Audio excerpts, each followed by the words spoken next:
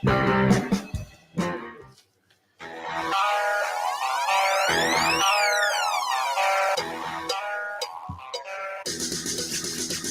was always debated. It really was. I mean, for a long period of time, and it's still debatable, is it not? Whether or not baseball is successful here in South Florida. Would you say?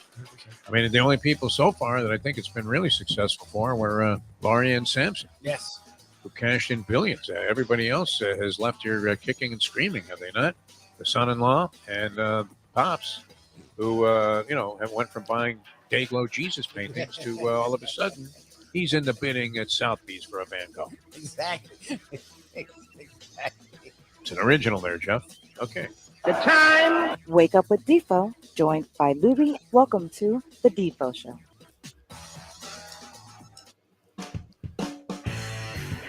And a very pleasant good morning, everybody. Great to be with you on today's edition, the Tuesday edition of the Defo Show. Jeff DeForest and one Mike Lubitz with you. And you know what? It's starting to get a little ugly here this second half of the season for your Miami Marlins, Mike Lubitz. And I'm beginning to really wonder if Skip Schumacher doesn't have a little bit of self-sabotage in him, does he not?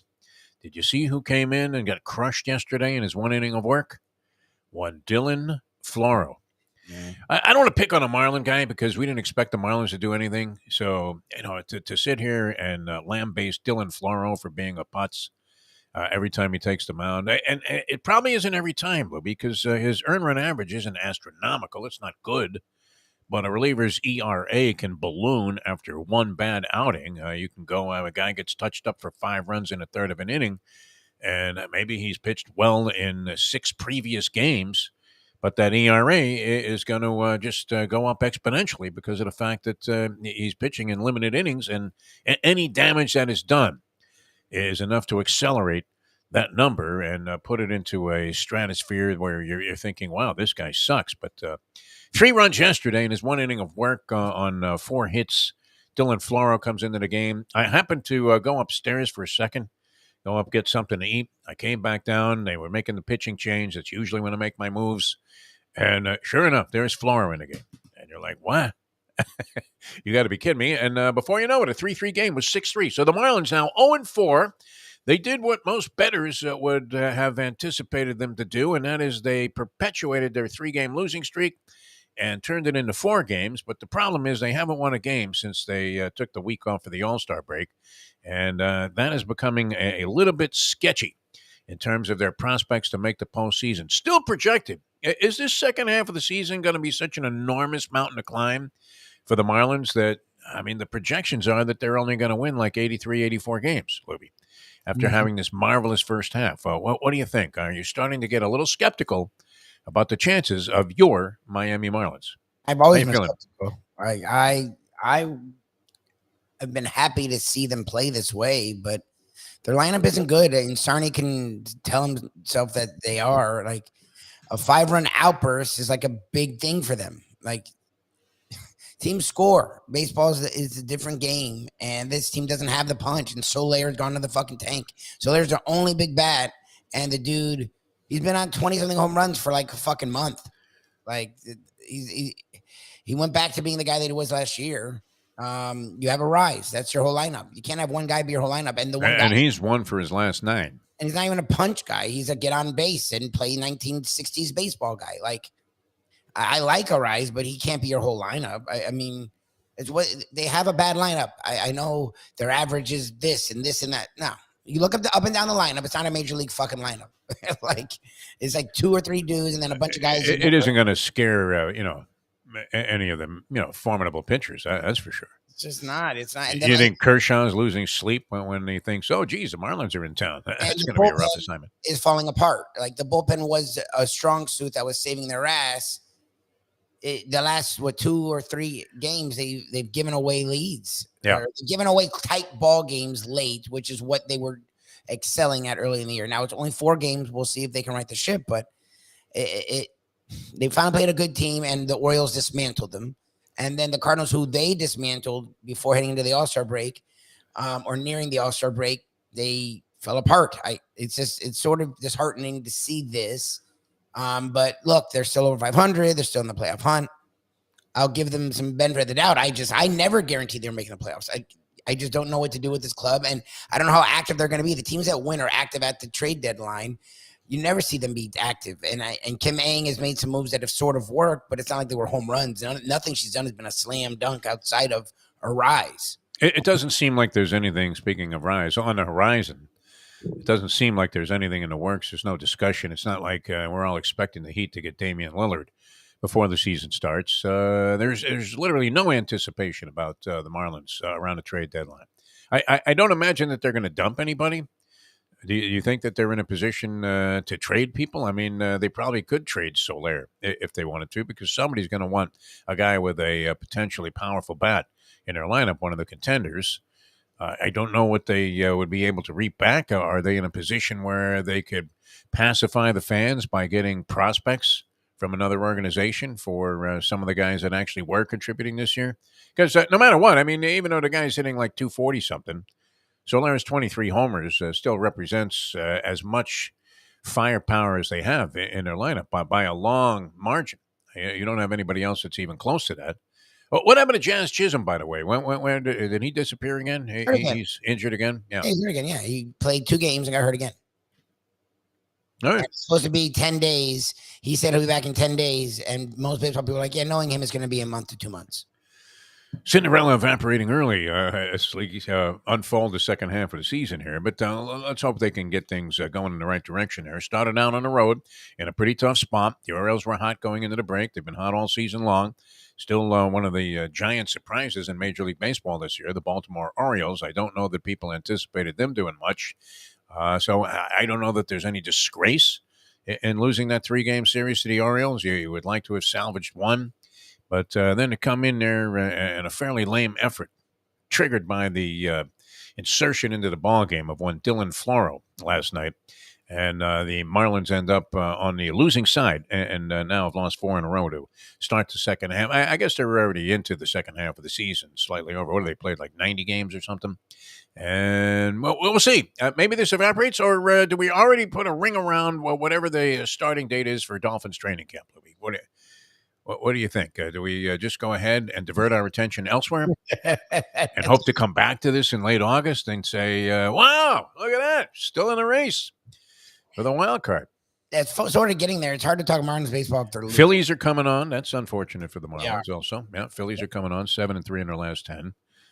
What do you think? The Mets are a disaster. And what do the Mets do? Do they start to sell off some of their guys? Sell off. I think if they're smart, they sell off. I don't think he's going to. Who do you get rid of, and how do you get rid of them? I mean, can you get rid of Scherzer and Verlander at this stage? That's the problem, is like all their guys have big contracts, bloated contracts. And I mean, Lindor since day one has been horrendous there, and it doesn't look like it's getting better. Scherzer and Lindor at least has some power stats.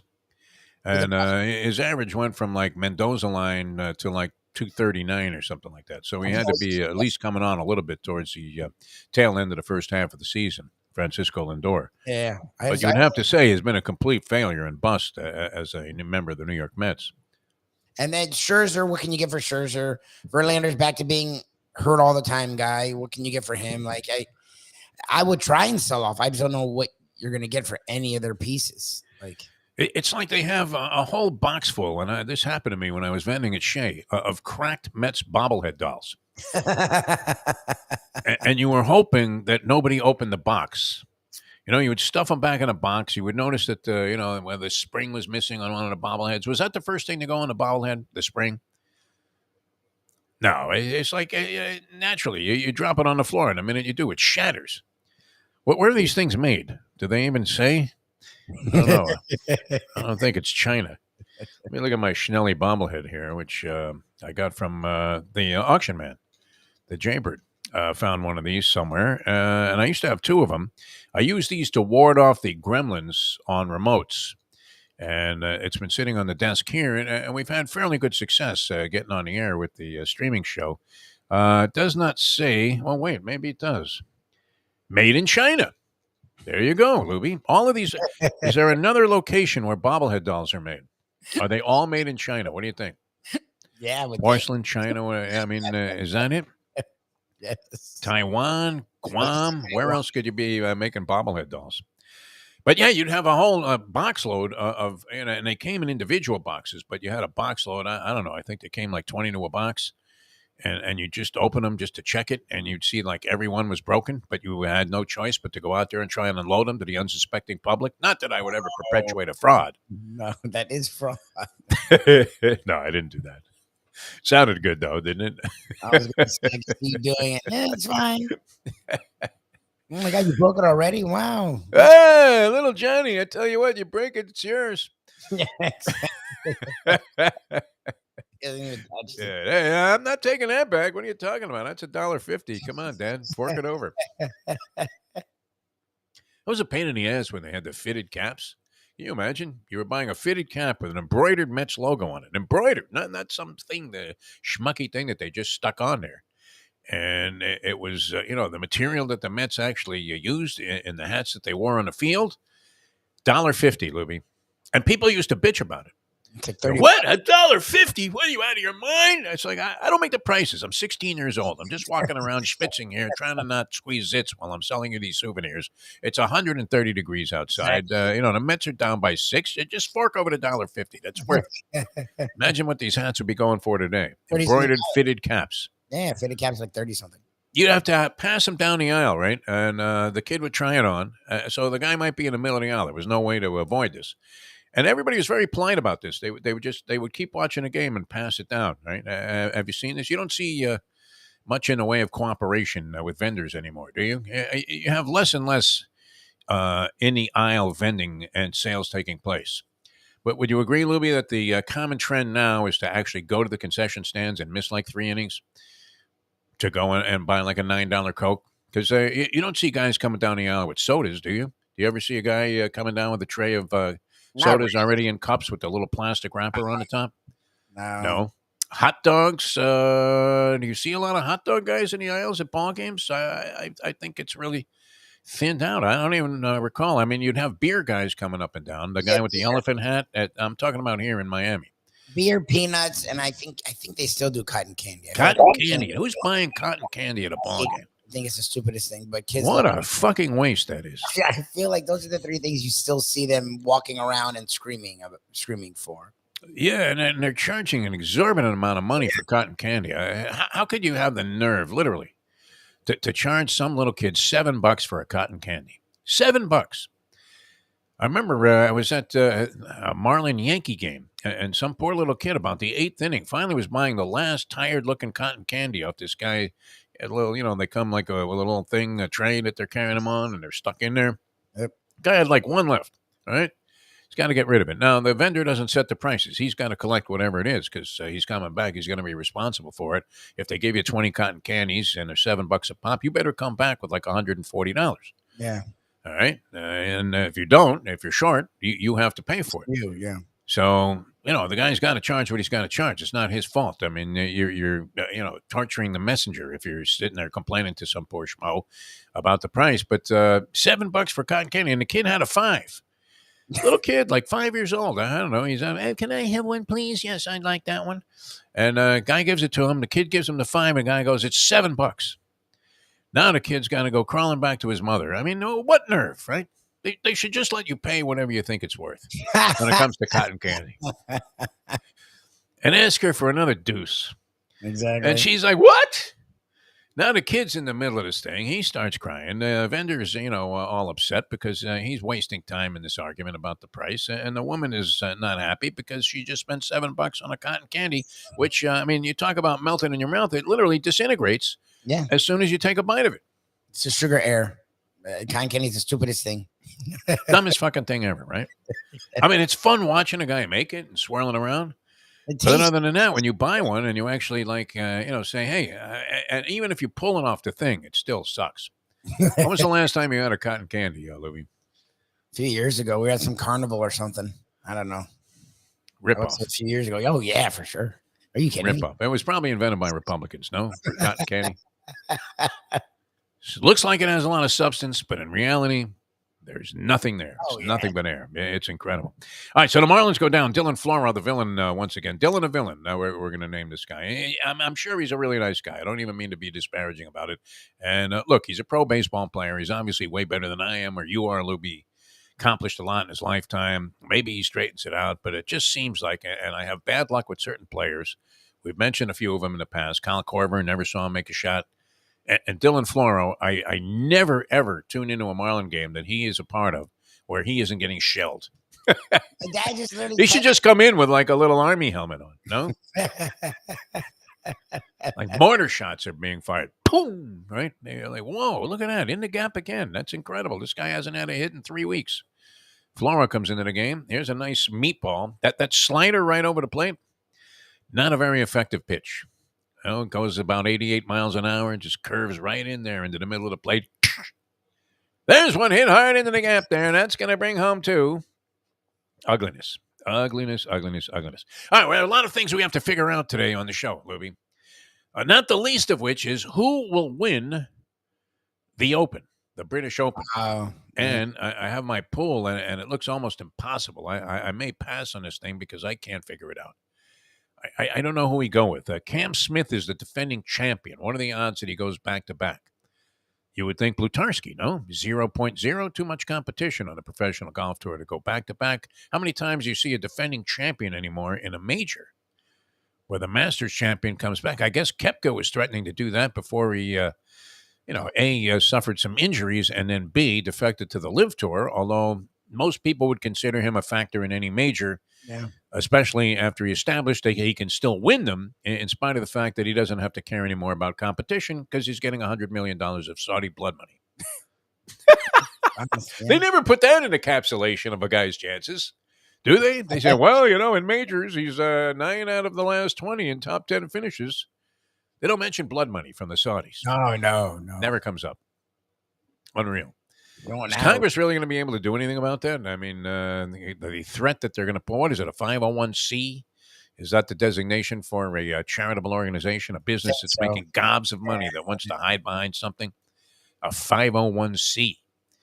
I would like to, there were times I tried to qualify myself as a 501c because I figured I was a charity taking care of myself. Nonprofit. So why should I have to pay any income tax on this shit?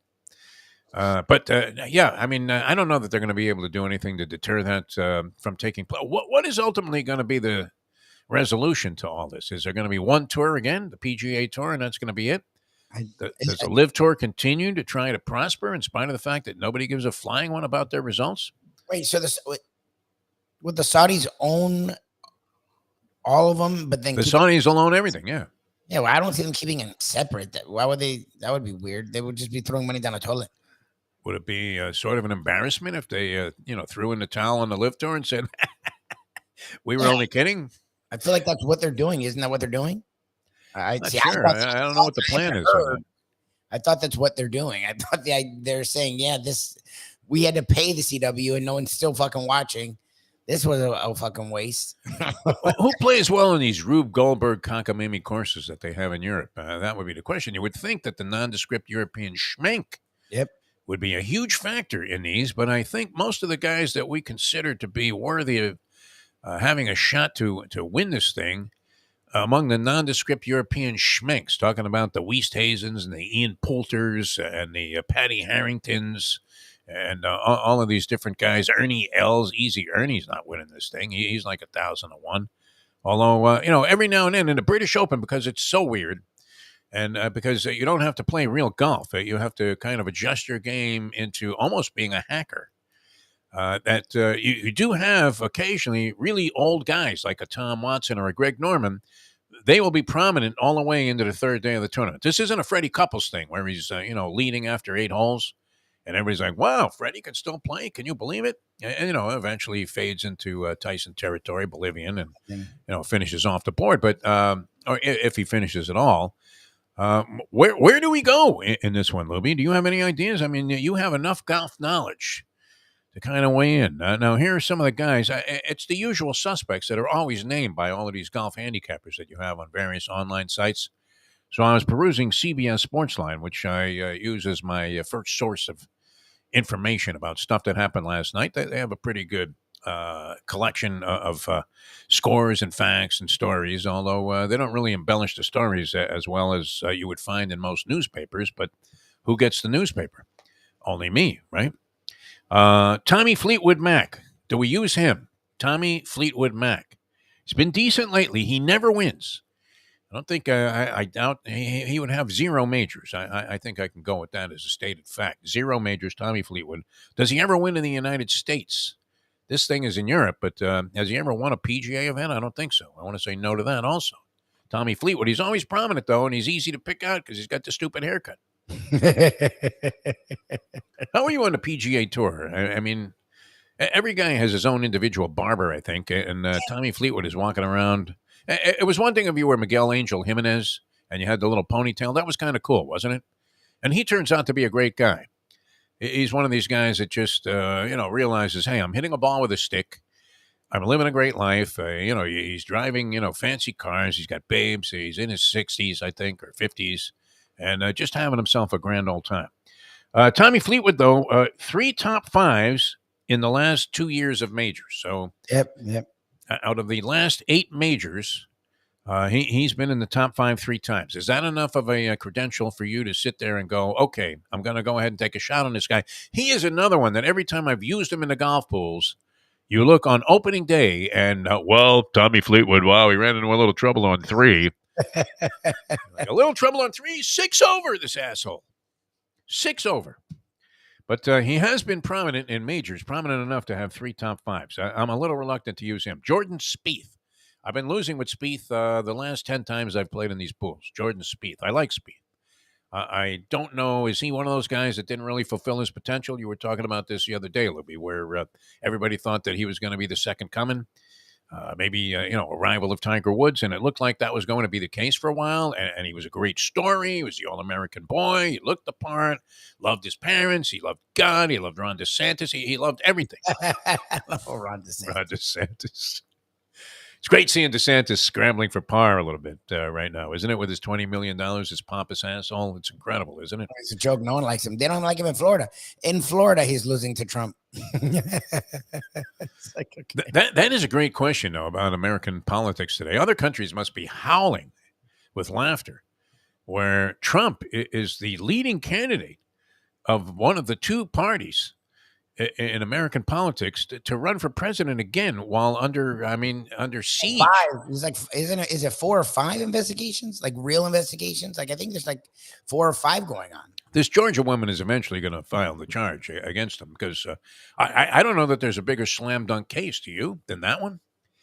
I mean, could you have been any more obvious about trying to influence the result of an election and intimidate election officials? There must be some kind of criminal element involved there where you're on the phone with the guy who was accountable for the numbers in the election, and you're telling him, listen, it ain't going to go so well for you if you don't find these 11,000 votes that I need to win. Yeah, it's on recording. They're recording.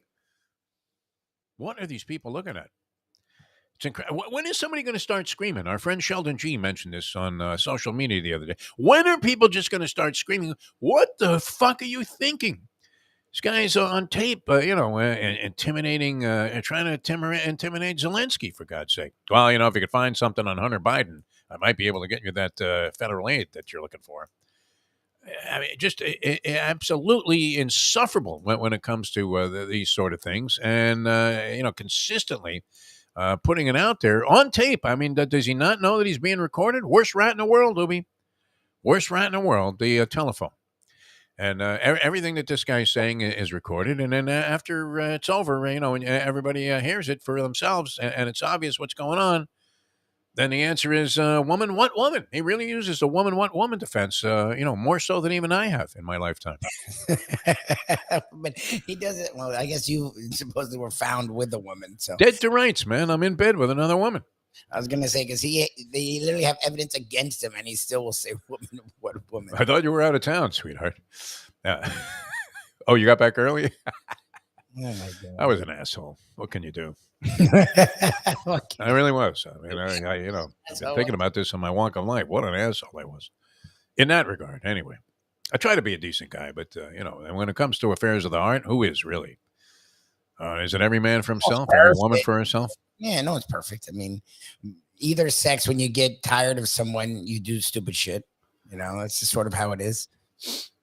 Should you let them know that? No, I don't know. I mean, how are you going to break it I to think you them? should break up. Yes, I think you should break up before. I've never been a cheater guy. I think you should be honest and be like, look, I mean, we both know that both parties know when something's not working. It's not like one, like in my past, I wasn't the one to pull the trigger, but I wasn't like, I acted shocked, but down deep, it was like, yeah, this is clearly not working. Like, I feel that going what? in to I'm any so relationship. ecstatic. Yeah. What do you mean? Everyone's like totally caught off guard. Like, Yeah. Well, I mean, I don't know. We could spend years trying to figure that one out. We're trying to figure out who's going to win the British Open, though. And we have no ideas so far coming from you, Lubie. You're not helping I at don't know all. what your lists are, and I don't know if you're doing the pool or not. I have the pool. I'll dig it up here during the break. But yeah, I mean, it's tough. It really is because you're condensing down the field to what would it be? If it's 7 lists of about a dozen guys, that's what, half the field? Yeah. So you have any number of, I mean, how many times has somebody come out of nowhere and they're leading after 2 rounds in one of these events? But like, do those people win? I guess that's true. When your pool, it's not about who wins. You could have the winner. It's about having no one. I've had a winner many times. They even run 1-2 and still been out of it because you had 3 guys that missed the cut. Having no one suck. It's whoever has the least amount of suckage usually does the best in these things.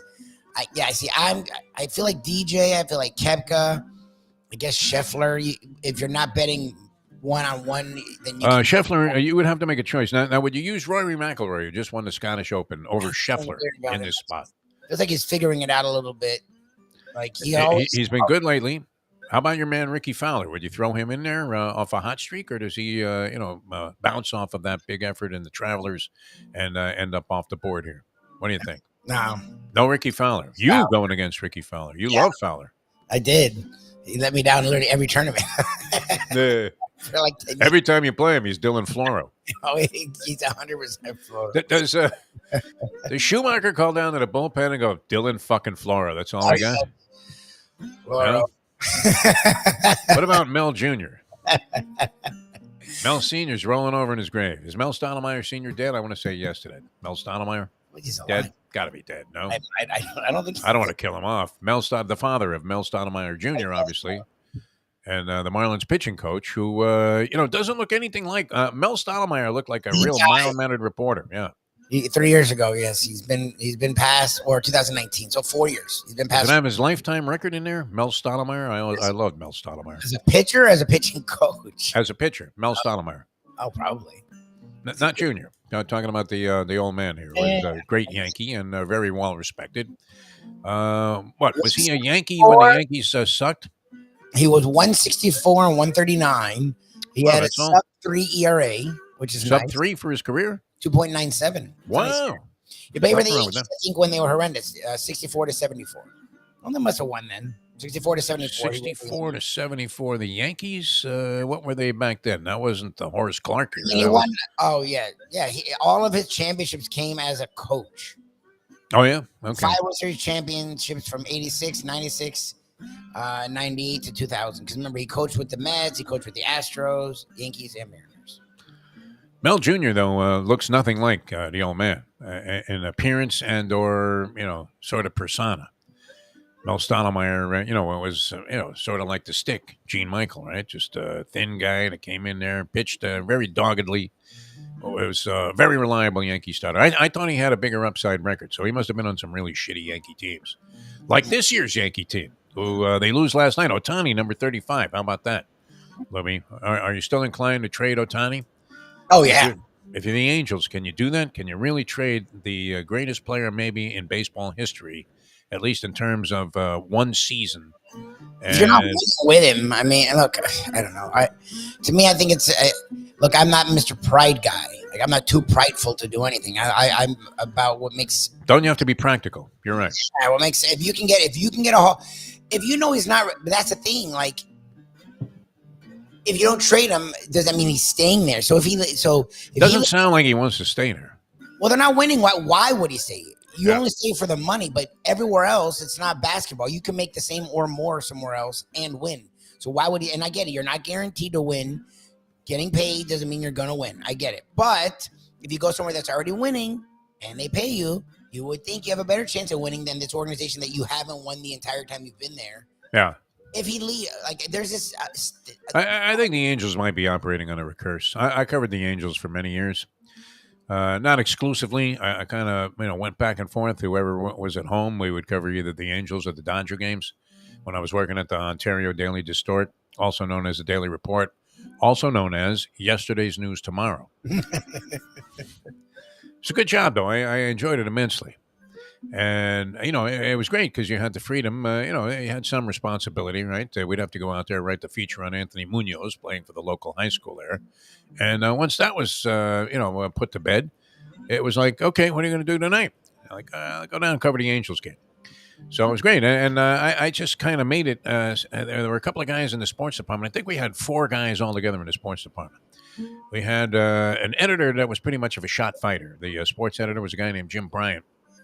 And he was a religious zealot. He thought that I was, possibly salvageable as a soul, but probably not even worth his effort. Would put his arm around me every now and then and go, when are you going to stop going to Los Alamitos and start covering some games? He didn't know what I was doing. He was out of it. So he was great. And he was gone. By like 3 o'clock in the afternoon, he was out the door. Another guy that got me hired here named Louis Brewster, who was, not inclined to go out and do any outside work. He just wanted to sit at the desk, lay out the pages, and, make a couple of assignments. That was it. And the 2 reporters essentially were me and a guy named Ron Witt. And Ron Witt was a pedantic old-timer, like old school guy that was pretty much from the Jack Webb School of Journalism, which certainly was not necessarily applicable to my approach, which was just give me the facts. In fact, I wanted to deal in almost anything but. And that was a good time because, think about it. I made a lot of great relationships there. This is 50 years ago, Louis, practically. And just the other day, I heard from, again yesterday, my buddy Albert Davila, the former WBC bantamweight champion. Still, a strong relationship after I wrote a couple of feature stories about the guy. Because one of the things I like to do as an enterprising, a sports coverage endeavor was to venture down to the Olympic Auditorium every Thursday night and cover the fights. So I got to do what I wanted. I was in heaven. I could go to the Angel game, Dodger game. Nobody else was going to do any of this stuff, and they wanted the coverage, so it fell into my lap. But I believe the Angels, even when they had really good teams, somehow they're cursed, right? They don't win championships. They won the one World Series over the Giants in the early 2000s. That's it. They never did anything before. They never did anything after. Was it Mike Scioscia, the manager? Mike Scioscia, the former Dodger. Tim Salmon. Jim Edmonds, Garrett, I forget his last name. They had some dynamite teams, though. Think about it. There were 1-2 starters in the rotation. And this was before he kind of went down a little bit of a different path where Nolan Ryan and Frank Tanana. Yeah. Frank Tanana was a flame-throwing left-hander. That was a lot of fun to watch, man. I don't know that he drew comparisons to, Koufax or any of these guys, but, people thought Tanana was really the shit. And Nolan Ryan, of course, was very much in his prime there when he was playing for the California Angels. He was great. They had Ron Carew. They had Don Baylor. They had Bobby Grich. Who else was it? Carney Lansford. Remember Carney Lansford? He was playing third base. He was great with the Oakland A's. And then ended up with the California Angels, as they were known at the time. So, they had prominent players at many different positions, and they couldn't do it, couldn't win. Pretty incredible. And it seemed like they were cursed a little bit. And then, like you said, they popped up and won that one championship early 2000s and have done what? Nothing since? Yeah. In spite of this Artie Marino, who is more than willing to spend money. This guy's doled out some cash, and I would imagine it's tough being the owner of the team. Well, it can't be that tough being the owner of a team, but when you're the redheaded stepchild in a certain city, and your team, these cities that have 2 teams in the same sport, like the Mets and the Yankees, are the Mets always going to be a secondary consideration? That answer is yes. Yeah. But they seem to be able to at least have interesting seasons, right? Yeah. Like they went to the World Series that year. They don't win at the rate the Mets fans would like, but they seem to put it together where they contended the last few years. They were sort of interesting. Like the Angels, I feel like. Look, Trout's been distant second in consideration to anything that happens with the Dodgers. Like Trout's distant played, I second. think, one playoff. Is it just one? He's been in the league. They've probably been a few postseasons, but that I think just that one championship in all those years, and they have an ideal situation. I mean, it's a baseball oriented area. A lot of kids play baseball still. Southern California is a hotbed for baseball and baseball talent, and it's very well organized all the way down to the little league level. In fact, you see huge crowds at little league games in certain areas of Southern California. So a lot of interest. They never really. Oh, and they had Reggie Jackson too. Imagine that, the Reg. Rod Carew. Carew, yeah, Carew was still, had some shelf life left. I mean, that's why it's so interesting to see Louis Arise. The hands of Louis Arise on the bat. I mean, if hitting coaches were going to be of any importance, would they not just take video? Is that just a natural thing, Louis? I mean, some people can shoot a basketball, some people can't. In terms of having a touch from the outside. The way this guy swings through the ball, it's great when you watch Louis Arise. Although lately, I mean, would you just play this guy as shallow as you could in the outfield and dare him to hit the ball in a gap? Because this is one of those guys that you almost want to take away the single. No, sharp line drive hitter. Would it be worth giving up a couple of extra base hits that otherwise would have been singles to defend Louis Arise by playing everybody super shallow? What would you do, Libby, if you were the opposing manager? Okay, it's not like he can't hit it deep. He's not a long ball hitter, but 3 home runs on the season.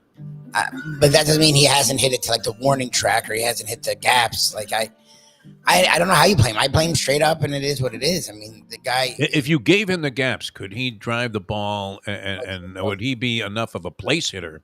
Yep. I mean, imagine being a place hitter in Major League Baseball, where the ball's coming in at you at 100 miles an hour. That's pretty tough to do. You're just hoping to get a bat on the ball, no? Yeah, I would think he can. That's the thing. Like, that's why you'd rather give up singles to a guy like that instead of doubles and triples. Like Maybe so. Yeah. I think he's an old school kind of hitter where he literally can hit to all fields. So, in other words, if he sees the fat kid in right field, which was one of the things that didn't you always peruse this field and see where the fat kid was? He's usually in right. And I became a very, very focused opposite field hitter. Exactly. You're like, okay, we're going opposite field. My power actually was to the opposite field, even though I could occasionally drive the ball. But I mean that was all based on the fat kid in right field. There you go. I played a lot of softball, when I was younger, and when we weren't playing little league or organized ball, and it was, but my philosophy was, if I was playing slow pitch softball, naturally you're place hitting. You're picking out a spot and you're saying, look at that. They got a gap there. You could drive a truck through in right center field. I'm going to try and hit a line drive in there. But in baseball, in actual hardball, where, you're facing fairly significant velocity in terms of the pitching, I just hit the ball wherever it went. In other words, I was just trying to make as solid contact as I could. Can you really sit there and say, and you could, there are times where you have to hit the ball to the right side, and you're thinking, okay, I got to get a guy over to third base, so I'm going to hit a chopper over to the second baseman. But and you could make yourself do stuff like that. But can you just sit there, peruse the field, and go, holy shit, man, look at that gap in right center field, and pick out that spot when you're facing pitching at 90 plus miles an hour? What do you think, Luke? Are these guys that good? Because they're striking out at an inordinate rate. So you would think that place hitting is a completely lost art. Oh, it is. Yeah. That's why the shifts, they had the shifts shouldn't have had to be outlawed. The shifts should have been fucking stupid. Like the shifts should have been so dumb that they didn't work, but they worked so well that they had to outlaw it. Yeah. So that's the thing. Which is stupid too, because I'm seeing a lot of base hits that otherwise would be outs if they were allowing a shift. And I don't believe in that. I think you cannot tell a defense how to defend. Well, I think it's ridiculous. But look, it's opened the game up a little bit. The game is a little bit more interesting. I get the clock thing, but I think it's also the shift. It's stupid, though. Yeah. It's ridiculous. You shouldn't change the rules. Oh, shit, the offense sucks now. Let's do even more for the offense. Well, why not make teams play the infield in on every at-bat at that point? So, but that's what I'm saying. Like, if guys were hitting to all fields, they wouldn't have to put out these stupid-ass rules. Yeah. But that's the problem is guys don't do that anymore. It's weird, but they don't. you get anything out of these? We'll get into this in the next segment here. But do you get anything out of these conference media days? No, I kind of find Instead of some of the Saban, stuff pretty humorous now. we always make fun of every year. Saban finds something to bitch about that they take seriously. What is Saban going to be complaining about at the SEC? They had the SEC media day yesterday. Is that a 2-day event? And Saban hasn't spoken yet because I saw no reference to Nick. If Saban had talked, we would have seen it. Yeah, he would have said something really dumb. Yeah. He always does. He targets something with the last 3 years. It's been NIL or transfer portal. They're not bitching about everything. Yeah. Bitching about the way Deion Sanders is running his ball club. That happened yesterday at the Big 12 media day. The Oklahoma coach is in his second year, not exactly like, he's been around, since, Newt Rockne. And he was saying that it was an abortion what Deion Sanders did, getting rid of all of these kids. It's ridiculous. Yeah. Saying that you have to at least give them like a half a shot to stay on the roster after they came to your school. He says he gave them 12 months to shape up. The guys he wanted to get rid of, either go to class, do something on the field, take care of yourself off the field. This was Venables is the guy's name. Brent Venables, Oklahoma coach. He was Clemson. He was a DC at Clemson for years. Yeah. So he's in his second year in Oklahoma, and he opened up a big mouth about Deion Sanders yesterday. They hate Deion already in the Big 12. I'm kind of hoping that Deion Sanders does some good there. Yeah, I think you're talking to the wrong guy. I have a weird vendetta against him now. You don't like Deion Sanders being an FSU guy? He's a loudmouth ass. I hate guys that try to take. Is he a giant phony in your opinion? I mean, what do you think? 100%. Yeah, I don't think he does any coaching at all. I think it's going to be a flaming disaster. Okay. He wants it to be about him, and he's not a hard worker. Like, he's never been grinded out guy. Like, no, you can't see Deion sitting there. I mean, is it really necessary to sleep in a coach's office though? I don't and know. Be there 24 hours a day to coach a football team. Now, coaching a football team, you're responsible for far more people than any other type of pro club. But you need to be on it 24 hours a day to be successful. I don't know. The ones that win all seem to do it. So there's a reason they're doing it. Why though? I mean, Spurrier didn't do it. He was successful. Not in the pros, but I mean, as a college coach, he was wildly successful. But he wasn't the second time around. South Carolina didn't do too badly there. I mean, they didn't do great. He never made them the kind of force they could have been. I mean, anywhere in the SEC can be great. There's so much money there. Yeah. But if you get the right coach, anywhere can excel. Like, it's how much does a coach give a shit? Like, yes, I don't know why, but yes, these coaches have to give their life to their job. The ones that win do. It's almost unanimous. The ones that win are goddamn psychos about it. Is it good or bad? I don't know. I'm not going to judge them, but it seems to be pretty uniform. The ones that win are very dedicated and very involved. And Deion's neither of those things. Like, whenever you see any of the clips, you think Mike Leach was sleeping in the office? Mike Leach? No, he wasn't. That's why his team's always so. He tried to have a life. I mean, he took a weird right turn at the end. He was just a strange cat in general. But he before the end, he lost his mind and went weirdly right. He was this innovative, open-minded guy that didn't think football should be everything. Yeah. And his teams did really well, but he never recruited well, even though you would think his offense is what attracted talent. He didn't care about recruiting. He didn't kill it on recruiting, because recruiting's all effort. Again, recruiting is being incessant. And that's the thing with, like, Deion, people think he's recruiting well. He's getting other teams' leftovers a lot of the time. Like, he comes to the party late and he does the Deion smile and it works on a couple guys. I don't see anything he's doing as sustainable. Like, the coaches that win. Okay, the long-term impact of Deion Sanders, you're saying, is going to be marginal. I think it's a joke. Okay. All right. That's a reasonably fair assessment. Leslie Visser paid you a giant compliment, Lubie. Said you've come a long way as a co-host, that your opinions have become much more crystallized and have a better foundation in truth and reality than they used to. But you were always fairly negative about virtually everything back in the day, especially if we ask you about one of the home teams. All right, we're going to come back with more. I don't know if we established anything. We have nothing on the British Open. We can't figure out who's going to win that. I like Koepka. You like Koepka? Okay. Koepka. Who can hit the ground ball, though? Who can hit the grounder and run it out? That's the question in the Open. What is this course like? We'd have to consult with Mayo on that. He's probably been to this course. What is it? It's not Royal Troon this time. It's Royal something. Everything is royal over there. Including the Royals, who are a royal pain in the ass. By the way, too, I can't help but think about this as we're talking about football coaches and how they come across and whether they're believable or not. I remember many times when he was the offensive coordinator of the Hurricane football team back in the heyday of the Canes. I would have never thought that Tommy Tuberville was just deeply rooted in evil. Would Oh, you? he's rough. Oh, he's real rough. It's bad when Seemed McConnell. like a decent guy. I mean, I remember talking to him and I thought, wow, the affable Tommy Tuberville. What a good guy. It's bad when Mitch McConnell. When I read a quote before I know who it is, and I'm like, yeah, that guy's right, and it's Mitch McConnell. Mitch DeCabby had a better chance of being right. I'm like, yeah, fucking Tuberville, what a racist asshole. We can't. Mitchell from Tamarack had a better chance of being right. I was like, Mitch McConnell said this. I'm like, oh Jesus Christ. What happened to this guy?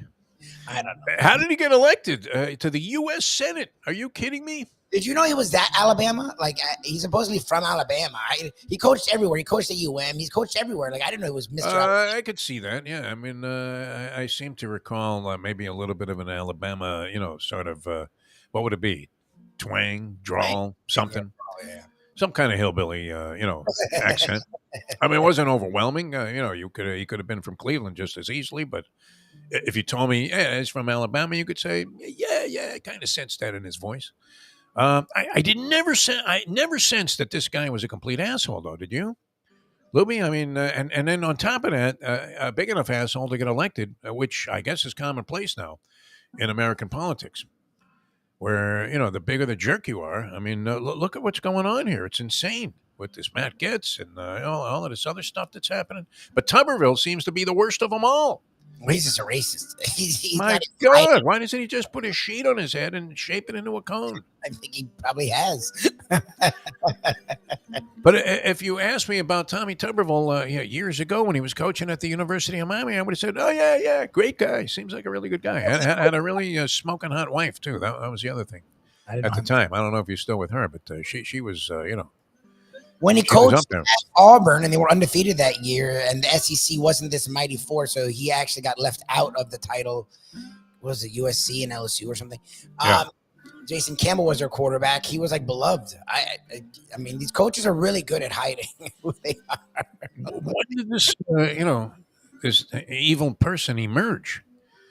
Where he's holding up shit that is affecting the U.S. military over nothing, or over some nonsensical difference of opinion that he has. Where you just to pay these command. Like, who doesn't want to pay this? What an asshole! It's like, fuck them. It's like, you mean the people that are fighting for us? Yeah. 90% of the people are screaming, "Hey, give it up already, Tommy." Like when McConnell is a sense of reason. I think he still calls himself coach, which is scary also, right? Probably. I mean, you're a U.S. senator. Well, they came to the coach and asked me my opinion. It's like, go fuck yourself, Tommy. Huh? I don't mean to sound so cynical, but I don't know. Are we losing our sense of having a little ray of sarcasm in the morning? No. I'll never wash this cup. I'm just going to leave it down here so I make sure I have it on the set. That's funny. Thank you, Leslie. That was very thoughtful of you, as usual. All right, we're coming back with more. We have no idea what's going on. British Open, you say Brooks Koepka. I'm going to say no to that. Although, Sarni loves Koepka also. Jim Sarni, he loves Koepka. Did he cover golf, Jim Sarni? Mayo would be the expert. I sent Mayo the pool. I'm hoping that he is inclined to enter. I think the entry has to be in by today. So I don't know. I would think that he would have a little bit of an idea. He's been to those tournaments. The landscape is completely different than anything else that you would ever see. A grounder is a good shot. I love the huge, humongous greens that actually are the greens for two different holes. Yes. Is he playing 3 or 13? I'm not sure. Well, he's really close to the pin on 13. Why doesn't he just put it in there and then come back and play 3? You know that I'd be doing that if I was playing one of those, European courses. Are you kidding me? Well, I'm closer to this pin. Why don't I just putt for that one?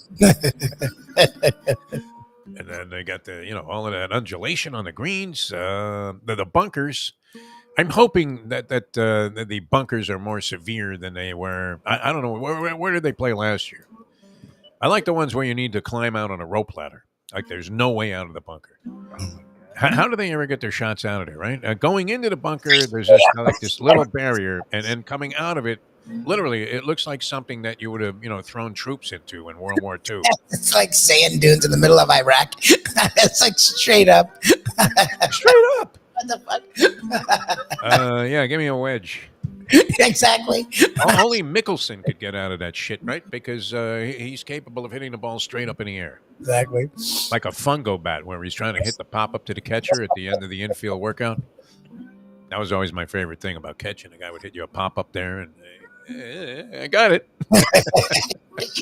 Lost. You drift under it, then you got to dive backwards. It was crazy. And then catch it with this giant flounder of a mitt.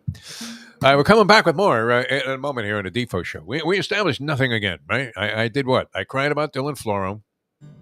I'm, trying to get some help here on the golf tournament. We got none. We talked about what? Your boy Jimbo also was being, having his feet held to the fire there about what's going to happen with Bobby Petrino. Well, what's great is he won't answer anything. Nothing. Yeah, like Petrino doesn't exist. He just sex scandals, all kinds of crap that went on with this guy. Talk about who's running the offense. It's like that's a simple question. Just say him or me. Yeah. Like, well, no, hopefully he gets it. I don't know. Do it, but then maybe I'll do it. But who knows? You used to love Jimbo. He comes off as just a completely fraudulent prick, does he not? Jimbo Fisher, what do you think? I mean, nobody's made more money with less success than Jimbo Fisher, even though he won that national championship at Florida State, which had you elated at the time. And you don't tell me that you were counting the days till Bobby checked out. No, I don't want him to die. I want him to die. I loved Bobby. I just wanted him to retire. Yeah, he just sort of lost it. Nice. All right. Yeah, you were, thinking, I remember those days, and you were saying, well, it's time Jimbo took over. And I'm like, I don't know, give Bobby a break, huh? Yeah, that's your man. I loved Bobby, but it was a disaster at the end. No, he was senile at that point. It just was done. I don't know. It's okay to retire in your 70s. He still was great on the Bobby Bowden show, though. Especially coaching. Doing this is one thing. You can do this for another decade if you want. What's doing this? Like, you have to get up early. You have to do work all day. You have to work around the clock. You have to work year round. Like, there's no break. Keeping track of 125 kids and 32 coaches. Okay. He doesn't have to. He was like teasing the alumni, all of this stuff, and then having the wherewithal to outfox Nick Saban when he's got better talent than you do. It's not easy. Just a lot. Not easy to do. All right, we're coming back with more in a moment here on the Defo Show. Fine Tuesday morning. Hope everybody's having a good time. Jeff DeForest, Mike Lubie. It's Dave Hyde going to join us in the next hour of the program. We love Dave, and we'll find out what's going on the local scene. It was a dark day for can you consider it a dark day when you're making $10.9 million to be a running back in the NFL? What do you think? Oh, the running back? Oh, I don't know. None of the running backs that were on the franchise tag ended up getting the long-term extensions and contracts that they were looking for, including Saquon Barkley, which is the cause of tremendous anxiety among New York Giant fans. As the strategy is now what? We talked about this yesterday with Brett Tester, the agent to the Stars. Franchise tag bullshit. The franchise tag thing. But, is it a disgrace to get paid? You're getting paid the average of the top 5 guys at your position. How disgraceful can it be? I mean, would you say Saquon Barkley is one of the top 5 guys at the position? Is Josh Jacobs one of the top 5 guys? Is Pollard one of the top 5 guys? If they are, great. Then they're getting paid the average of what the top 5 guys are making. How insulted can you be? I know you want the long-term security and all that, but it is interesting how running backs have become disposable. And no matter what kind of solid name you have as a running back, in fact, it's proven, I think, more often than not, to be a mistake to give these guys the long-term extensions that they're looking for. Would you agree with that, Lubie? Is that true, or did I just throw that out there and hope that it was right? No, it's agents don't like it because it worked for Kirk Cousins, but most guys, it's just, especially with running backs, they only have so much time in their prime that it just eats into it, and it allows the franchise to use up their prime and then spit them out. So I get what the running backs are doing. I asked Brett yesterday because I think the more I look at it, remember we saw this years ago where like tight ends who were used like receivers wanted to be called receivers because they got paid more on the franchise tag deal. A lot of running backs. If you look at McCaffrey, if you look at a Deebo Samuel, they call a receiver, right? Yes. He plays running back as much as he plays receiver. McCaffrey, they call a running back. He plays receiver as much as he plays running back. Like, why wouldn't these guys start finding ways to make sure? Oh, that was your question yesterday. I'm not Stop sure telling me anybody about really the- understood the question. Well, I was just curious from his perspective. He didn't have an answer. Like, his perspective is, does he see them doing that? And he just, we'll see. It is, they're important. Which is There fine. are certain guys, though. I mean, I would think that the majority of running backs would not be under consideration to play wide receiver. They may line up, and they may come catch passes on the backfield or what, even line up in the slot once in a while. But in general, they're not playing the wide receiver position and aren't cut out for it. And that's fine. But a lot of them are receiving out of the backfield as much as they're running. But teams call them a running back so that they can save money. To me, receivers are playing into their 30s and getting big deals. So why wouldn't you phase out of being a running back? Like, if teams don't respect the Because if running you're like 5'9" and 220 pounds, you're probably not, and have the hands of stone on top of that. But you can run the football because you can take the pounding up the middle. All right, we'll examine some of these deals here. There's actually a little outline of it as the Saquon Barkley story is lighting it up in New York here. Saquon, Big Blue, failed to reach long-term deal. Hold out hard feelings next up in a long, hot summer, Lubie. Long, hot summer coming up. All right, coming back with more in a moment. Now that. Friend Mark Pearl is on the chat line here. Yeah, Check out his comments here. talking about Dame. All right. Back with more in a moment. Now that it is 8:01. Folks, Tony Segreto here. Let me ask you a question. What do you look for when you go out to eat? Good food, obviously. Friendly atmosphere, not too loud, but good energy, reasonable prices, and a place where you feel comfortable. All those ingredients, no pun meant there, are hard to find unless you're talking about the Texas Roadhouse. You see, they encompass all of those attributes. Really, really good food, amazing atmosphere, good for a family, good for a date, or just a night out for yourself, and prices that will make you extremely happy. Their ribs, unmatched. Steaks, hand-cut every day. Everything, and I mean everything, is made on site, including their incredible bread.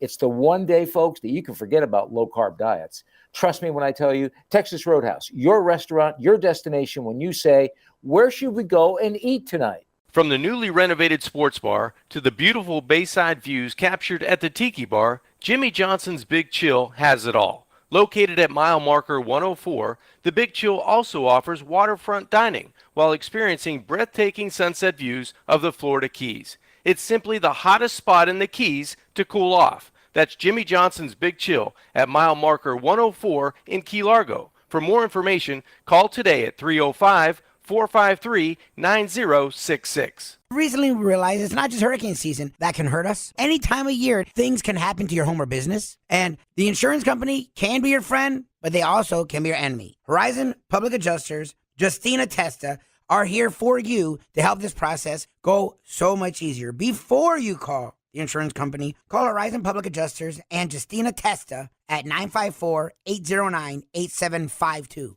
You can't fake caring. Women can sense this immediately. You don't really care. You didn't really want to do any of this. We now return to the Defo Show. When you're caught red-handed in the woman what woman situation, I mean, it's pretty obvious that you don't really care, right, Luke? So maybe they were right about that. All right, a lot of interesting things going on here on the show. Dave Hyde going to join us later on. And Dave's going to be with us, about 8:35, Louis? Dave Hyde of the Sun Sentinel, preeminent columnist. 8:20. It's supposed to be 8:20. So 8:20. Okay, all right, quick, that's good. So I'll try to get to him before 8:35, which is my usual MO here. You know what's funny about that, Louis? And I'm a terrible abuser of this, but I have a tendency to ramble on. And I'm watchful and mindful of the clock. When we were forced to hit certain time parameters in a format when we were doing those national radio shows, even in the middle of the night after being at a strip club for the previous 3 hours doing a show that had no format and certainly had no purpose other than to make us money. We had no problem following the very particular details of doing that Nick and Arnie show, which we got a hard out at 59.50. And you're thinking, hard out? What the hell is that? I got a hard on that I'm on this national radio show here, and the two guys that are on it, are open to the idea that they would let me and you host it. Can you imagine, Lubie? Yep. What do you mean? We were their go-to. We got to the point where we were like, and there were two guys that took off a lot. We were on. Well, I think there were problems there with Arnie Lang. No, I mean, I think Arnie was back into the powder, and Nick DePaula was the other guy, comedian. They had the Nick and Arnie show. And we were frequently used, and there were a couple of like illustrious guys that were out of Hollywood that were in the mix as subs, and we became like the go-to guys for them.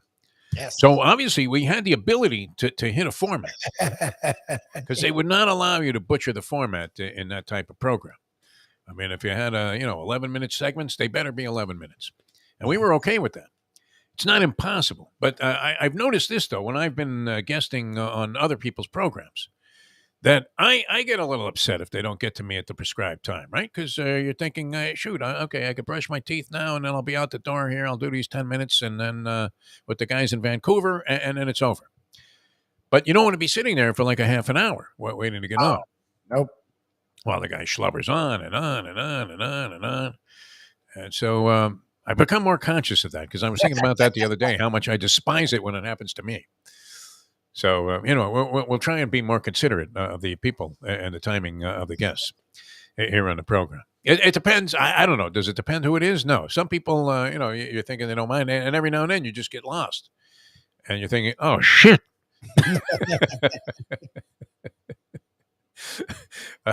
I forgot. I forgot about John Feinstein. Now, we're good with those kind of guys, right? It's no, not very good. No. All right, our buddy Mark Pearl has started a little bit of a firestorm here in the chat line. Libby, are you following this? Maybe you can capsulize what's going on there. He was talking about Tuberville, and he's always sort of been an ass. And then he brought up the Dame Lillard stuff. Yes, it's what we know. Cronin. Cronin's the GM of the Portland Trailblazers. Okay. Came out like Levitard finally. Look, Woj is, I guess, who the Portland Trailblazers are talking to, and the Heat have talked through Levitard for years. And Levitard came out yesterday saying, look, this idea that Hero is not a good player is fucking stupid. Yeah. Hero right now is the best player they're getting as a player. And that's the truth. Like, people keep doing this Maxey Hero comparison. First of all, it's close. I don't know why people just assume Tyrone Maxey is Allen Iverson. But on top of that, and who would you rather have, Maxey or Tyler Hero? I just think you're not a Maxey fan. I had to constantly remind you that this guy was really, really good. I'm not a Maxey fan. He should be better than he is. He has all the ability in the world to hit three. He's athletic. He can get to the basket, and then he averages like 20, 21 a game. And I also don't think he's hit his peak potential yet. Where I don't know that you're getting much more out of Tyler Hero than we've seen. I don't know. Hero's 23 years old, and which isn't bad. I mean, I would take what Tyler Hero brings to the table. The dude averaged 25 and 4 the last 2 years. He's 23 years old, and he's had some injury issues at weird times. My issue with him is the injury stuff with Hero. Maxey, I think, is a good player. If you want to say he's a little better than Hero, fine. But here's the deal. The Sixers have said he's not on the table. So why even bring him up then? Like, the fact that these other media members and fans keep talking about time. Well, Maxey's, the Sixers haven't offered him. The Sixers have. I can't imagine the Sixers wanting to get rid of him, especially with the departure of James Harden. Yeah. Well, Tyrese Maxey. I mean, I think he blossoms even further without Harden in the lineup. They've said he is untouchable. Okay, so then what team is offering a better player than Hero? Whatever you think of Hero, fine. You think he sucks, whatever. What team's offering a better player? As of now, no one. So that's the whole thing with Cronin is he keeps waiting for the other offers. No one's offering because Dame is clear. He's not going there. He's not going to play. And if you were another team and you were considering making this move, which almost any team would think, hey, how can we use Damian Lillard? It's not going to be an upgrade for us.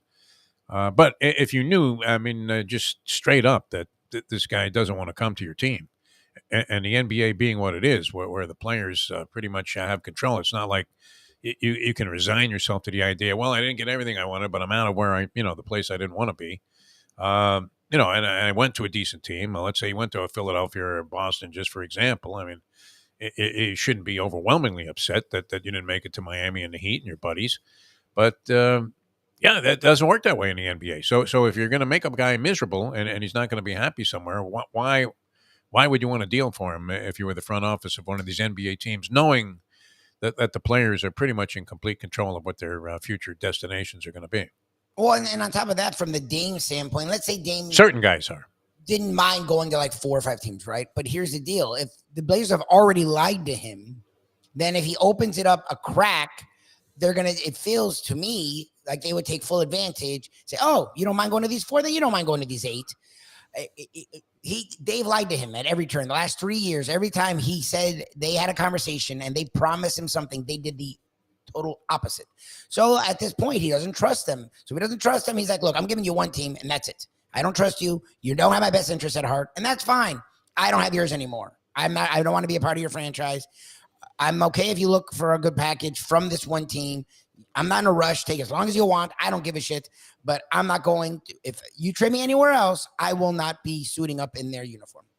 Okay, so then what does Cronin think he's going to get? Does he have that? He doesn't have a no trade deal. Trade clause. Yeah. They can trade him anywhere, but he has a right as a human being to not get paid and sit out. Like Who's going to pass over $40 million to make a point? He's made over $200 million. He has lots of advertising money, and he wants to win. So he's made it very clear he doesn't give a shit about the money. He wants to fucking win. So we'll see. I mean, look, Cronin, it seems like, is going to try and push it as far as he can, and he's allowed to because he wants to see. If he sits it out for a while, though, I mean, is he really hurting his own position? I don't think so. I mean, look, did the Heat cave at the end and figure, okay, well, let's do something more favorable in this Portland transaction? Yes, if they wait till the point where, even though, I mean, it's like this Aaron Rodgers deal. I was surprised at how much Green Bay got back for Aaron Rodgers. It's what both teams got to a place where you knew it was going to happen. You knew it had to happen. I thought they had zero leverage, Green Bay, because the last thing they wanted was this guy to come back. But the Jets got to a point where they had no leverage either. The Jets got to a point where they had no quarterbacks and their fans were celebrating so much that you sort of had to give in. And I think that's what will happen. I think Cronin will realize there's no other offer, so we're not getting some fucking 12 players and 18 picks. Like, that's not happening. And the Heat will realize, look, just giving up Hero and 2 picks isn't going to work either.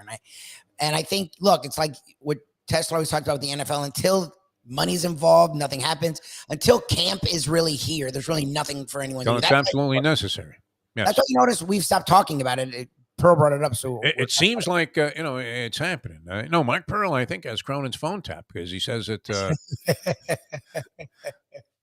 he knows that Lillard is absolutely furious with the situation, and that everybody knows what's going to happen, and that this guy Cronin is basically sabotaging only his own career because he won't make it through the end of the season, which is holy Wojnarowski. I mean, I don't know that I know all of that, but it does seem as, we're speculating about what teams are going to do what near the baseball trade deadline, that this is a foregone conclusion, is it not? That Damian Lillard is somehow going to be running with the Miami Heat next year, and whatever the transaction involves, one of the pieces that surely is going to fall for the Heat is Tyler Hero, who, I don't know. I mean, have the Heat seen the best of Tyler Hero?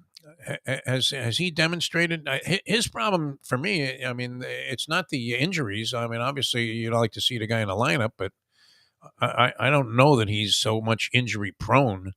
No, to put that label on him. I mean, he's had his share of injuries, but NBA players in general are going to miss time whether they're injured or not, with the load management and all of that. Yeah.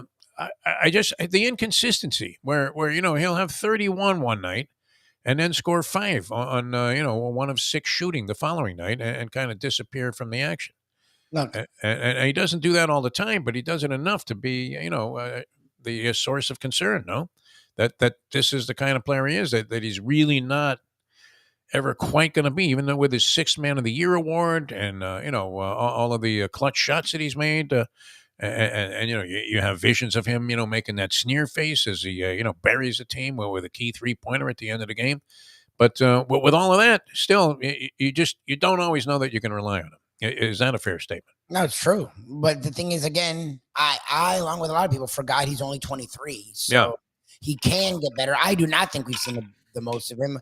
Each year he has improved offensively, and he has improved a little defensively. He was a sieve 2 years ago, where they would literally target him, and this last season he wasn't that. So he does hustle. I mean, your big complaint actually came on hustle play that you wouldn't have anticipated from the guy, which I can never fault the player for that. Look, the Heat don't want to trade him. Like the league can think something of Hero. The Heat don't. Outside of this year and the trade deadline when they were like, fuck, maybe we can get Durant. Fine, we'll trade Hero. Heat fans like me have been trying to trade Hero for 3 years. The Heat haven't. The Heat like him. The Heat want see a building. Well, and he has to be, somewhat of a valuable commodity because anytime the Heat are considering getting somebody else or it's speculated upon, what's the first guy that pops up as the trade bait would be Tyler Hero.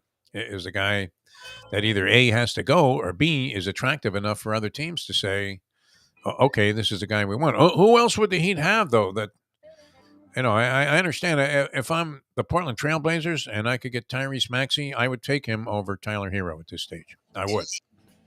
That's the thing. I don't even want to get in that. People suck each other into that argument.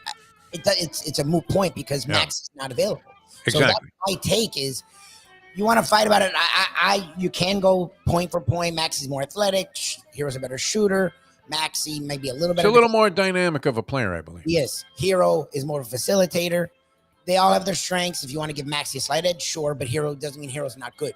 The thing is, again, the Sixers have been wide open that Maxey isn't being traded. Now, I get it. People think, well, that doesn't mean anything. No, that's not true. When teams come out saying a guy isn't being traded and they don't back off of it, they mean it. And again, like you're saying, if Harden goes, that allows Maxey to explode. Like Maxey should be able to. Well, and it increases their need to have Tyrese Maxey on your roster because you're thinking he's going to have to escalate what he's doing from a scoring standpoint. And, you're going to be counting on him to be the number 2 guy behind Embiid at that stage. Yes. Which is, an elevation of stature. Okay, so here's this real quick rundown here, and we'll get into some of this with Dave Hyde as well. All right, so Alvin Kamara, 2020 New Orleans Saints. Kamara's inexcused absence for 4 days, late in training camp, forced the Saints into a 5-year, $75 million deal. So what's that, $15 million? That's 50% higher than, or close to it. I guess it's about 40% higher than the average for the franchise tag players. Extension before the final year of his rookie deal. He responded with a career high 1,668 yards from scrimmage and 21 touchdowns. So that deal so far, except for the problems that Kamara has incurred off the field, where, wow, how about this plea deal, right? He knocks a guy out in some strip club. His teeth are splattered like chiclets all over the stage. And he pled guilty, no contest or something, to disturbing the peace. Nice one, man. Talk about, having a favorable court ruling. Melvin Gordon, 2019 Chargers. His holdout over the 5th-year rookie option lasted 4 games as the Chargers started 2-2. He went to free agency after a 612-yard rushing season, accepting a 2-year, $16 million deal from the Broncos, after previously turning down 4 years at $40 million as an extension. So he blew that one himself. Yeah, Ezekiel Elliott, wow, that's a disaster, right? The Zeke Elliott contract. I don't even need to go into details there. Le'Veon Bell, complete disaster. Yep. Chris Johnson, 2011 with the Titans. Took his holdout into September because he was supposed to earn just $1 million. Wow, imagine that. That's 12 years ago. He was great. He was getting $1 million. After leading the NFL in rushing over a 3-year period, he signed a 6-year, $56 million contract and had 3 more 1,000-yard seasons before the heavy workloads caught up with him with the Jets and the Cardinals. So what? If you get 3 years out of the guy at 1,000 plus, does that justify spending the big money, Lubie? It's better than because in the NFL you can just get rid of guys and not pay them anything. It's better. Emmitt Smith was another example, though, where he held out and the Cowboys finally capitulated and said, "What? We can't win without this guy," and turned out to be true. Yeah, I mean, if you can get 3 years nowadays, that's amazing. They usually don't. Yeah, most of these guys flame out. That's why there's none of these teams are going to budge. There's no reason for them to budge. They can get a guy in the 4th round that will, if not do the same production, will do damn near. It's just how it is now. It sucks. I keep looking at like this guy, Sony Michel, who lit it up there with the Patriots his first year, and you thought, wow, this guy's going to be something. And he's just bouncing around like a, like a carpetbagger, right? A journeyman of sorts. Incredible. All right, coming back with more here in a moment. Dave Hyde going to join us from the Sun Sentinel. We'll get some insight into all of this stuff that's happening around town in a moment. Now that. The time. It's 8:19.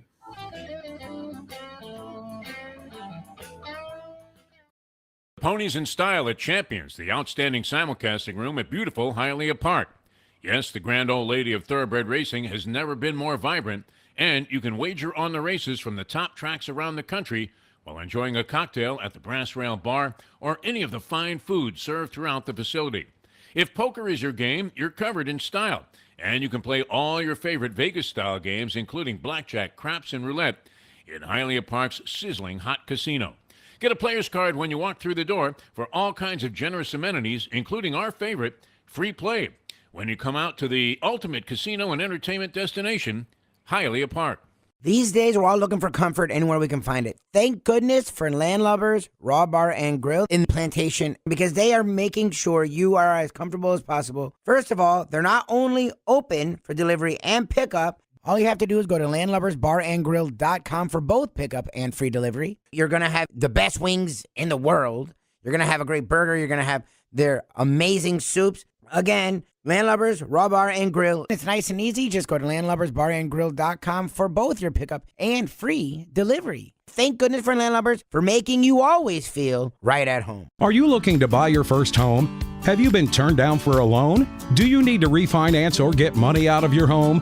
Call Michael Kodsey, CEO of Choice Mortgage. He's been helping the South Florida community get mortgages for 30 years. Hi, this is Michael Kodsey, CEO of Choice Mortgage. We have the most competitive fixed rates in the market. Call me 24/7, 561-441-2730. And remember, I don't just work banking hours. To make the right choice for your home, call Choice Mortgage today. Neil deGrasse Tyson. When you look at the exploration and what's going on today, I mean, what was your reaction to what was there on Mars? Were you expecting to see like an Arby's franchise up there, or did you have a pretty clear picture of what they were going to find? No, but at least a Starbucks. Come on now. The only way to get your morning started is with Defo, joined by Lubie, right here on The Defo Show.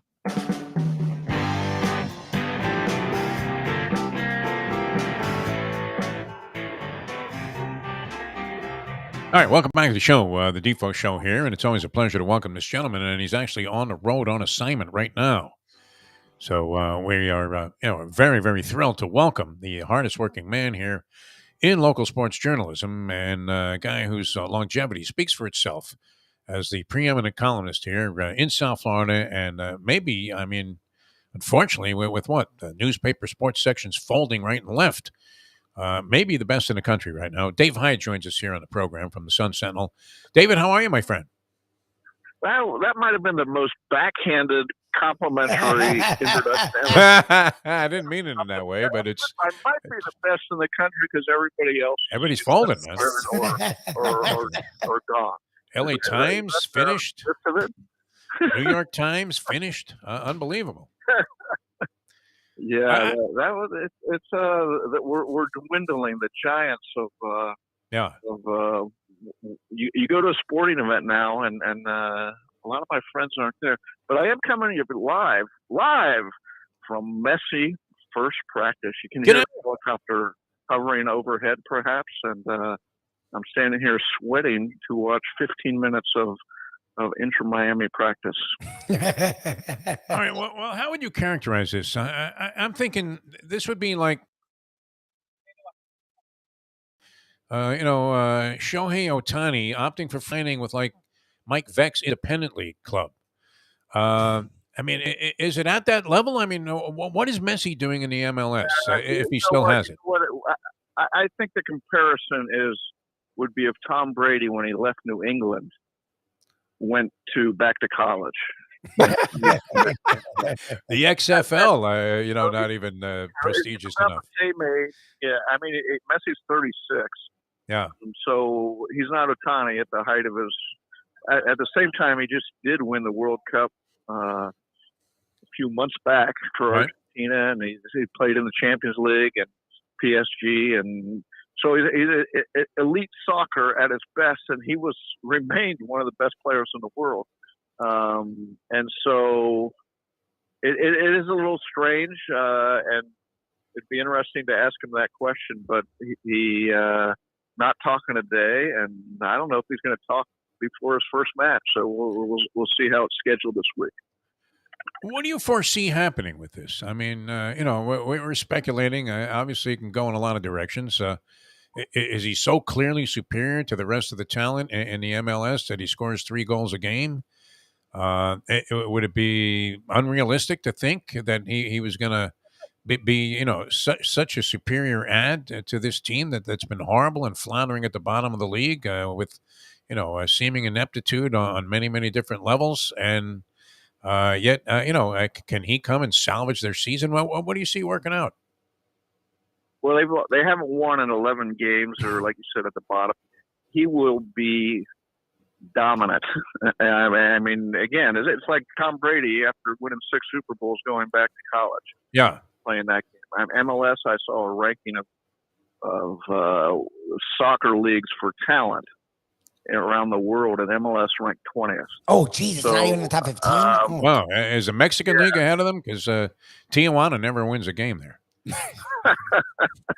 Every time I see the crawl, they're getting hammered. It's amazing. I'll have to go back and look at the list to see where Tijuana League ranks. But the idea being, look, you're getting one of the elite players in the world coming to a league and a team that he should just run around. How that translates on the field, how many goals or wins, it'll be interesting to see. How much can one player now? He did. Sergio Busquets comes with him too, so there's 2 great players, 2 elite players. And I heard Jordi Alba. Yes. I don't know if he's where he stands right now, but no, it's happening. It'll be, there'll be a LeBron effect here, where there's a little magnetic pull of other players coming in. The question becomes this year, what can they do? They're far out of the playoff picture. Mid-season, can they? Is it the playoffs even a possibility? All right, this Messi mania is out of control. It seems like. But I mean, as you look at it, is it justified? I mean, that this one guy is going to come in and be such a strong influence on the Major League Soccer people and fans around the country that it really is going to catapult this league out of the stature where it's like at the basement there at number 20 and bring some realistic level of luster to the play in this league. Well, there's a fascination to him. I mean, there's a fascination to not just playing, how he will raise the level of interest. Let's put it this way. I'm at an Inter Miami practice. Yeah.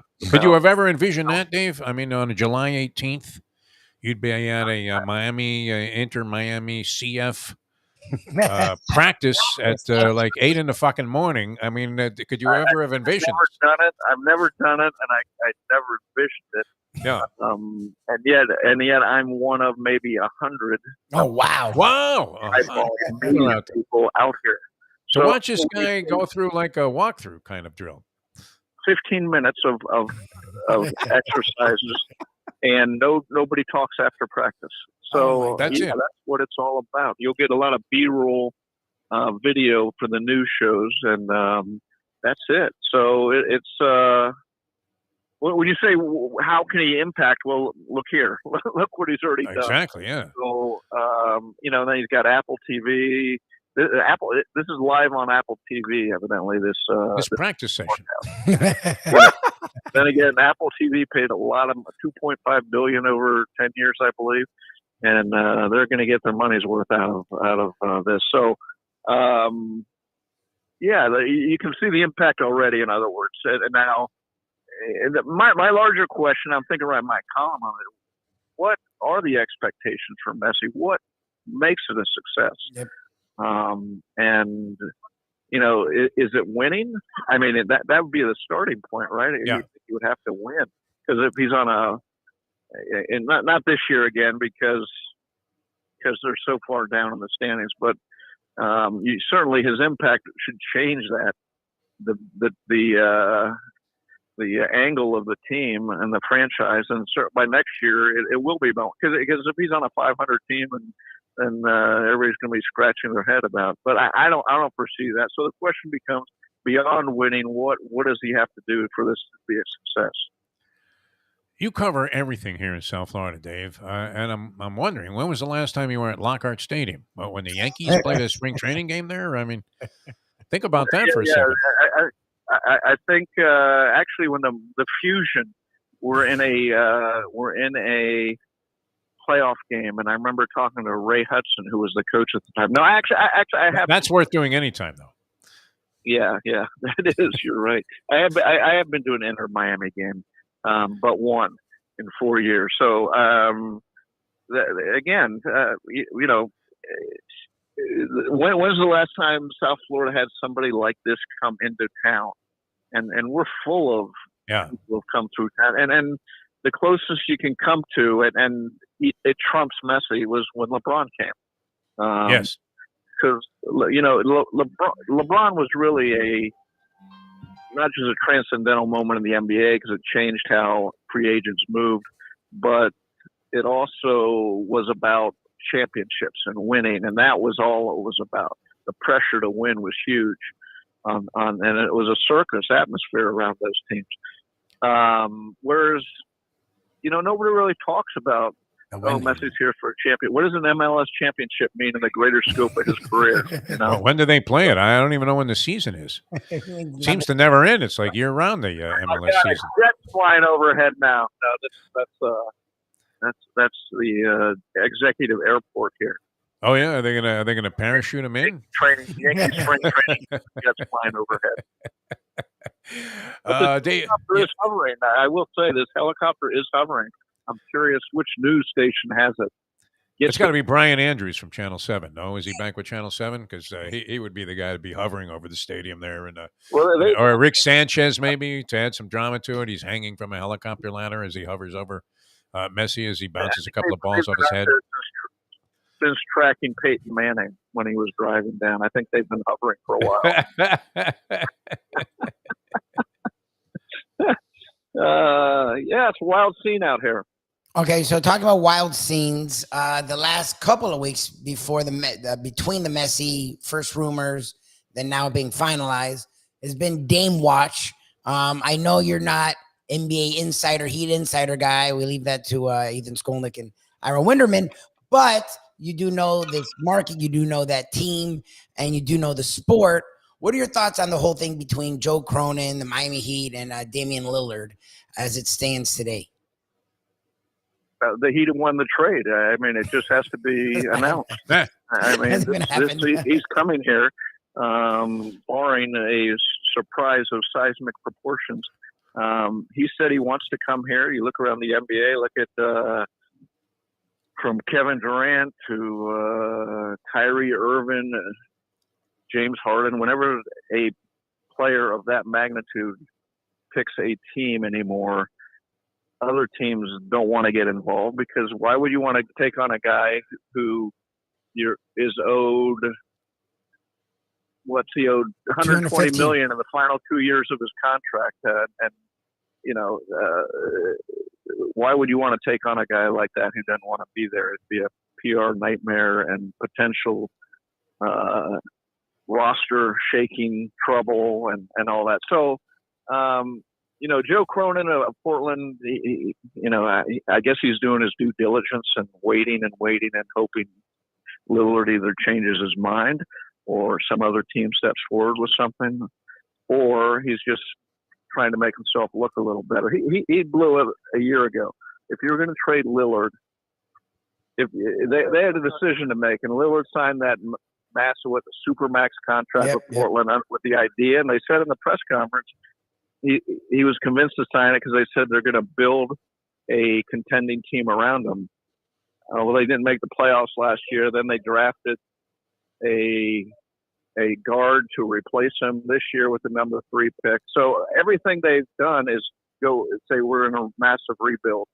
And why they didn't trade Lillard last year when they could get more is really the mistake Cronin made. And now Lillard says, I'm going to take a little control over my future. And he's earned that. He's earned that right. 7-time All-Star. He was Portland's Dwayne Wade and Dan Marino. He's that face of the franchise. And So it'll be interesting to see how Portland, when they decide to make the deal, because I'm sure the Heat put a few pots before them and said you can have any of these options, and I'm sure another team is involved, but I just see it ending one way. The question is, when does it end? I think the Heat are going to have to throw in Andy Ellisberg. I think he's untouchable. Anyone's untouchable. Cronin figure out what to do with the money. All right, Damian Lillard, Bam Adebayo, Jimmy Butler, all standout players. You lose Gabe Vincent and Strus, a couple of guys that were part of those unsung hero types that made the Heat interesting last year and made them very competitive going to the NBA Finals. But where does that leave them in terms of big three configurations? I mean, it seems pretty significant to me, and you still have the possibility of having a few of your other components that were successful for you when Caleb Martin and maybe Duncan Robinson resurrects his stature as he kind of did in the playoffs. Where does that leave the Heat if they indeed complete this transaction for Damian Lillard? I think it puts them with Boston, and Milwaukee is the three top teams in the East. And what do they lack in playing Denver in the NBA Finals was scoring, and that's what Lillard brings. He averaged 32 points a game last year. He scored 71 in one game. So looking in the regular season, when Jimmy Butler takes a night off, you got Lillard says, I'll be the guy. Or when Lillard takes a night off, you got Jimmy Butler hasn't been asked to be the guy every night. So, and throw in Bam and what he showed certainly in the playoffs. And, there's your remake of the big three. But they'll be right there in the East with Boston and Milwaukee. It'll come down to health. It'll come down to the final 10th of a second rebound shot and all that stuff again. But the Heat will then have a window to win it all, which I love. I love the Heat that every year they go through the footwork in the off season and say, we're going to build a championship team. We're planning to win. And they do their best every year to do that. And they don't throw away seasons like every other team in town does in trying to rebuild.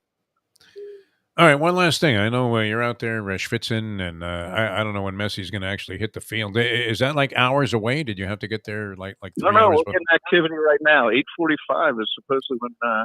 Okay. Just one quick pop here, if you can, just to characterize where we're at with Jorge Mas. I mean, would we have been better off if he had bought the Marlins than Bruce Sherman? Oh, he said yes before you finish. Well, wait a second. Wait. Let's back up. Better off than Derek Jeter being foisted upon. Oh yeah, that was at that time. Yeah, right? too. I mean, Jeter might have been the worst GM in my time here. Wow, which that's saying something. I was going to say too, Jesus. Considering I mean, David Sampson was in that capacity. They came in. They were going to rebuild through the draft. They traded players and all this, but they're going to put this massive minor league system in and show how it's done. A great organization. They got one player from their draft, from the 5 years of drafts, say 4 because of the last year. You give them some breaks still. They got one player on the top 40 roster. I mean, it's crazy. Wow. Jeter, that is amazing. Jeter was awful. and people acted like the Marlins or Bruce Sherman shot Bambi when he left town. Jeter. Oh, my God. Well, you got rid of him. Not only was he awful, but he spent and wasted a lot of money. So, and he really wasn't the ambassador of goodwill that you thought he was going to be for the team. That even if they were going to be lousy for a while, that you had the trust that we have Derek Jeter and he represents everything that we've ever known about winning. To me, and I wrote it at the time, it's like if Dan Marino was named GM of the Kansas City Chiefs. I mean, who in Kansas City is supposed to care about that? Yeah. Did anybody care? I didn't care. I know you Yankee fans. Oh, my God, we got Derek Jeter. Okay, is he going to play shortstop? and revert back to his prime. Yeah, that would have been much more beneficial, no doubt about it.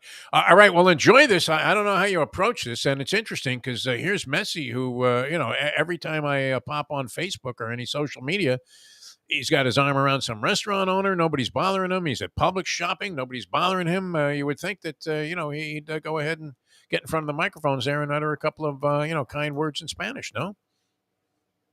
I would. We have no sweat tech. We have no luck at that. So we move on. All right. It's like it's like a silent figure. So we'll see. But all right. Yeah, the helicopter's still hovering, and so are the media. We're all sweating. And is Barry there? Barry Jackson? I mean, I would imagine he'll be all over this. No. Who? Barry Jackson. Probably. I got it. Yeah, he's probably in the bushes there, wherever it is that. No, he's a good guy, man. Dave, we love you, man. Thanks so much for doing this. I mean, we rarely get anybody at a live, big event in town this early in the morning. So fantastic. This is what we do. I'm everywhere. So very good. Wow. Thanks. I don't feel so bad about getting out of bed early this morning now, Louie. Can you imagine going to a Inter Miami CF practice? Practice where the guy's not even really going to practice. I mean, it's not like they're going to go out there and go, run full for a while. Well, he's not going to talk. Like, you go to the practice because, like, okay, maybe you'll get. How do you not have him address the media after this? I mean, they had this big unveiling. Did he say anything at the unveiling, or did he just go out there and get schmutzed on by the rain? He didn't talk. I don't think he. They don't have umbrellas. This ball club. No, really. It's a monsoon. And here's Messi. I mean, and all the trumpets are blaring, and the people are hitting bongo drums, and you got Tito Puente Jr. in the background playing Oye Como Va, and the wife looking very stunning, and the kid is out there, and you're thinking the kid's going to be bigger than Messi in about 3 weeks, no? This isn't like the Jason Kidd, situation where you were looking at the kid and going, "My God." No, I mean, not to impugn the integrity of a child, but all this fanfare, and they don't have an umbrella to give this guy to come out there. They couldn't have somebody. I mean, if Kate Middleton is walking in the sunshine on a 70-degree day, they have somebody at Wimbledon holding an umbrella over her head. Do they not? Oh yeah. I don't know. You would think Jorge Nomas would have held the umbrella for Messi. Does Mas, just turn over all of his money to Messi and say, "Here's my account number. Use it as liberally as you would like, Lionel." What if he doesn't score a goal for like 6 games and that's it? The thing is, what if isn't that possible? I mean, this team sucks. What if he doesn't dominate? The team's so bad around him, right? Yeah, Busquets and Alba are joining, and I think they'll all be playing by the 21st. They're in some tournament. If you take 2 guys from a real soccer team in a real league, do they dominate the MLS? That's usually what this is. This is two older guys. That's the experiment. Sarni says it is Channel 7. It has the chopper up there. Of course it is. What do you drop our friend Mike DePasquale down off a rope ladder? What do you think? And he lands right on top of Messi and is piggybacked. So try DePasquale. He carries him into the goal on a penalty kick. No? What are they going to practice? Penalty kicks? What do they do? They have a new coach, too, that's supposed to be some hard-ass Eckert Krautzen type, no? Yes, he's supposed to be like the Mexican. And who is this guy? Do we know anything about him, or where'd they find this cat? Soccer coaches are pretty bizarre by nature. Are they impactful in the game? Soccer coaches, do they really make any difference? I would have to think yes on that, no? Isn't it this marvelous strategy that we don't have any understanding of that makes all the difference in winning and losing? What do you think? It's a chess game, Lubie. It's a chess game. Mm-hmm. This is weird, though. Dave Hyde out there. I mean, what's the weather like? It's been 100 degrees every day. It's hot as fuck. It's supposed to be pouring in the morning, no? On the field, right now it's clear by me. And they're actually closer to me than you. What is the point of practicing for 15 minutes, by the way, for this? I don't know. Yeah, I don't know what he's doing for 15 minutes. I don't know. That's the one part of it I didn't get. I don't know what the 15 minutes is. This is strictly for, as Dave Hyde, stated, for these television stations to get their 15 minutes of Messi shots, which you're going to see over and over and over again. But what if he's dominating? If I'm the other team, I'm putting like 3 guys on Messi, and I don't care about the rest of the Inter Miami CF soccer club. Do you? What do they average? Like 1 goal a game? Do they even average 1? I have no idea. I don't know any of that stuff. Who's the goalie? Do we have any idea? Is it Jan van Beveren? Is he back? Probably. I have no idea. I used to go get Jan Van Beveren quotes. Can you imagine, Lubie? Can you get us some Jan Van Beveren sound for today's sportscast? Yeah, sure. You know, the Strikers have a big one tonight against the Cosmos. Bailey's in town, and goalkeeper Jan Van Beveren feels like this is going to be a real challenge. Then you have some guy with a Dutch accent, you know, talking for a couple of seconds, and then you come back and go, that should be a beauty. We'll be out there tonight. Nobody gave a shit.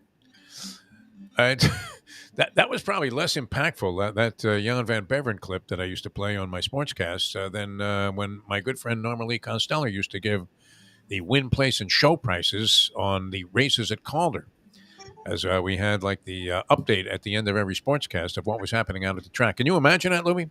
You listen to our radio station today and you go, and in the fourth race at Calder Racecourse today, Happy Boy won and paid $8.40, $4.60, and $3.20.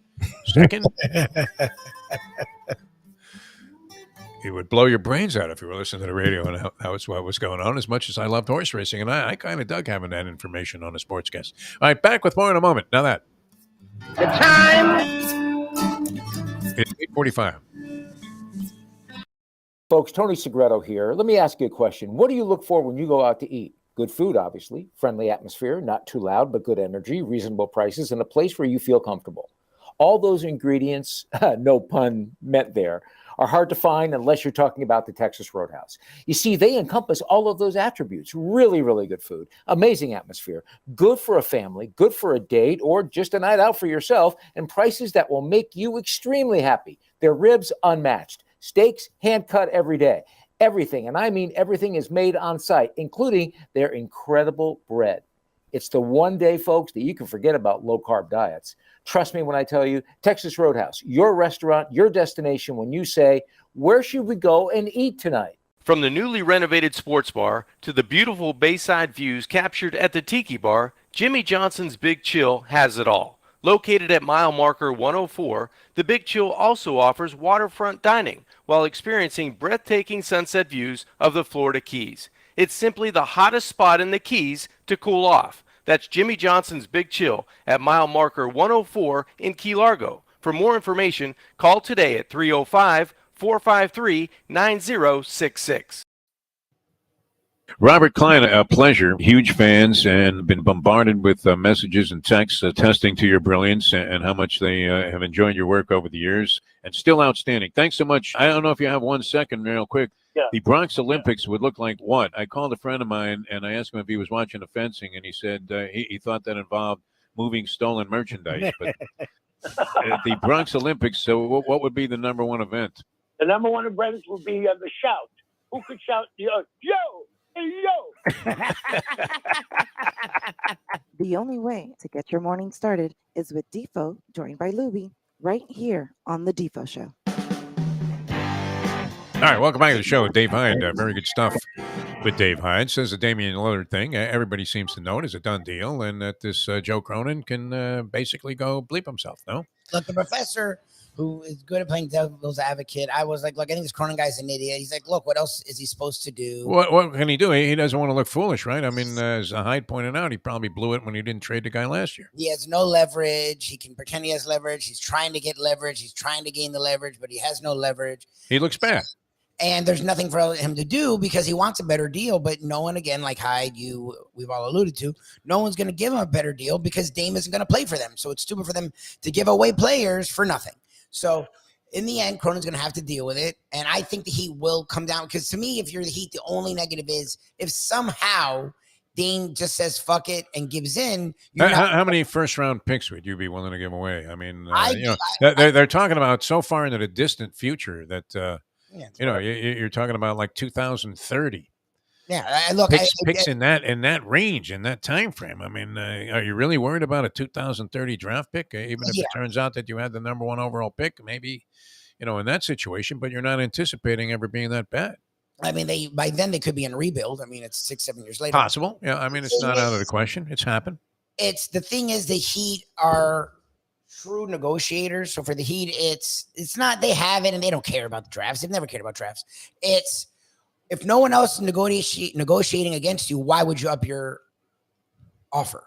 right? Like, why would Yes, you? exactly. Because this team is stuck. That's why that Aaron Rodgers transaction taking as long as it did was baffling. But I think in the long run, as you looked at it, Green Bay, got more than you could have anticipated. Considering I thought they were in the weakest of positions. They were. Because the last thing on earth that either party wanted in their side of the transaction, Aaron Rodgers and the team itself, was for Rodgers to come back to Green Bay.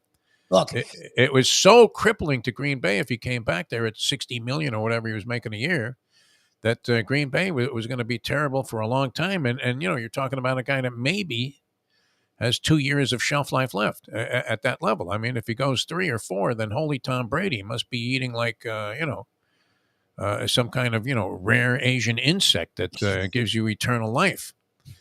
I don't know. I mean, whatever Tom Brady's doing, he gets younger looking every day, doesn't he?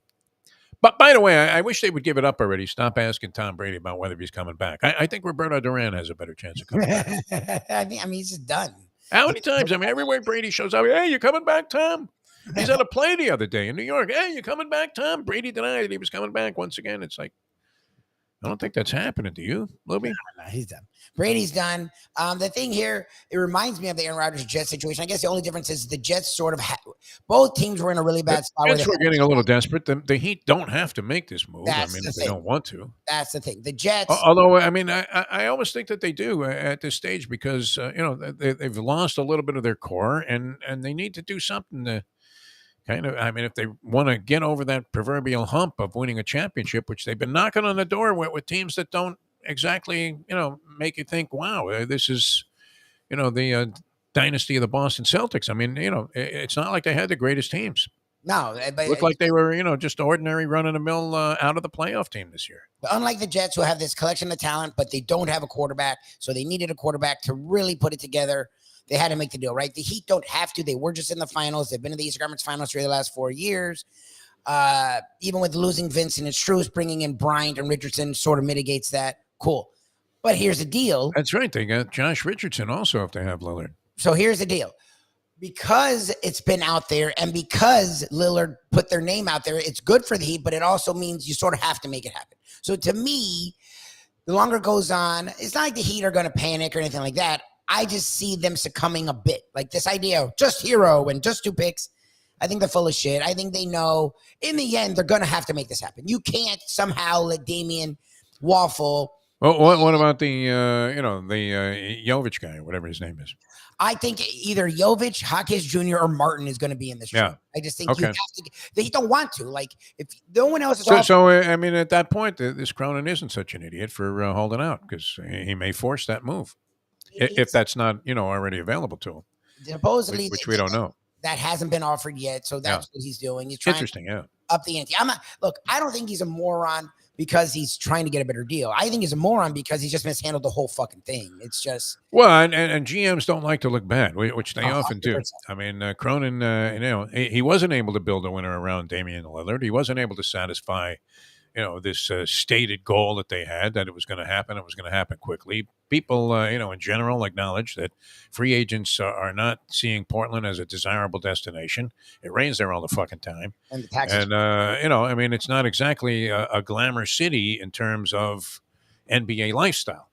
I mean, unless you want to take long runs with Steve Prefontaine, I mean, what are you doing in Oregon? Dodging raindrops, and that's about it. So it hasn't been a premier destination for many, many reasons. I would imagine people don't really love going to Salt Lake City, but that seems like a more preferable spot to be than even the Portland Trailblazers, no? So Cronin wasn't able to do that.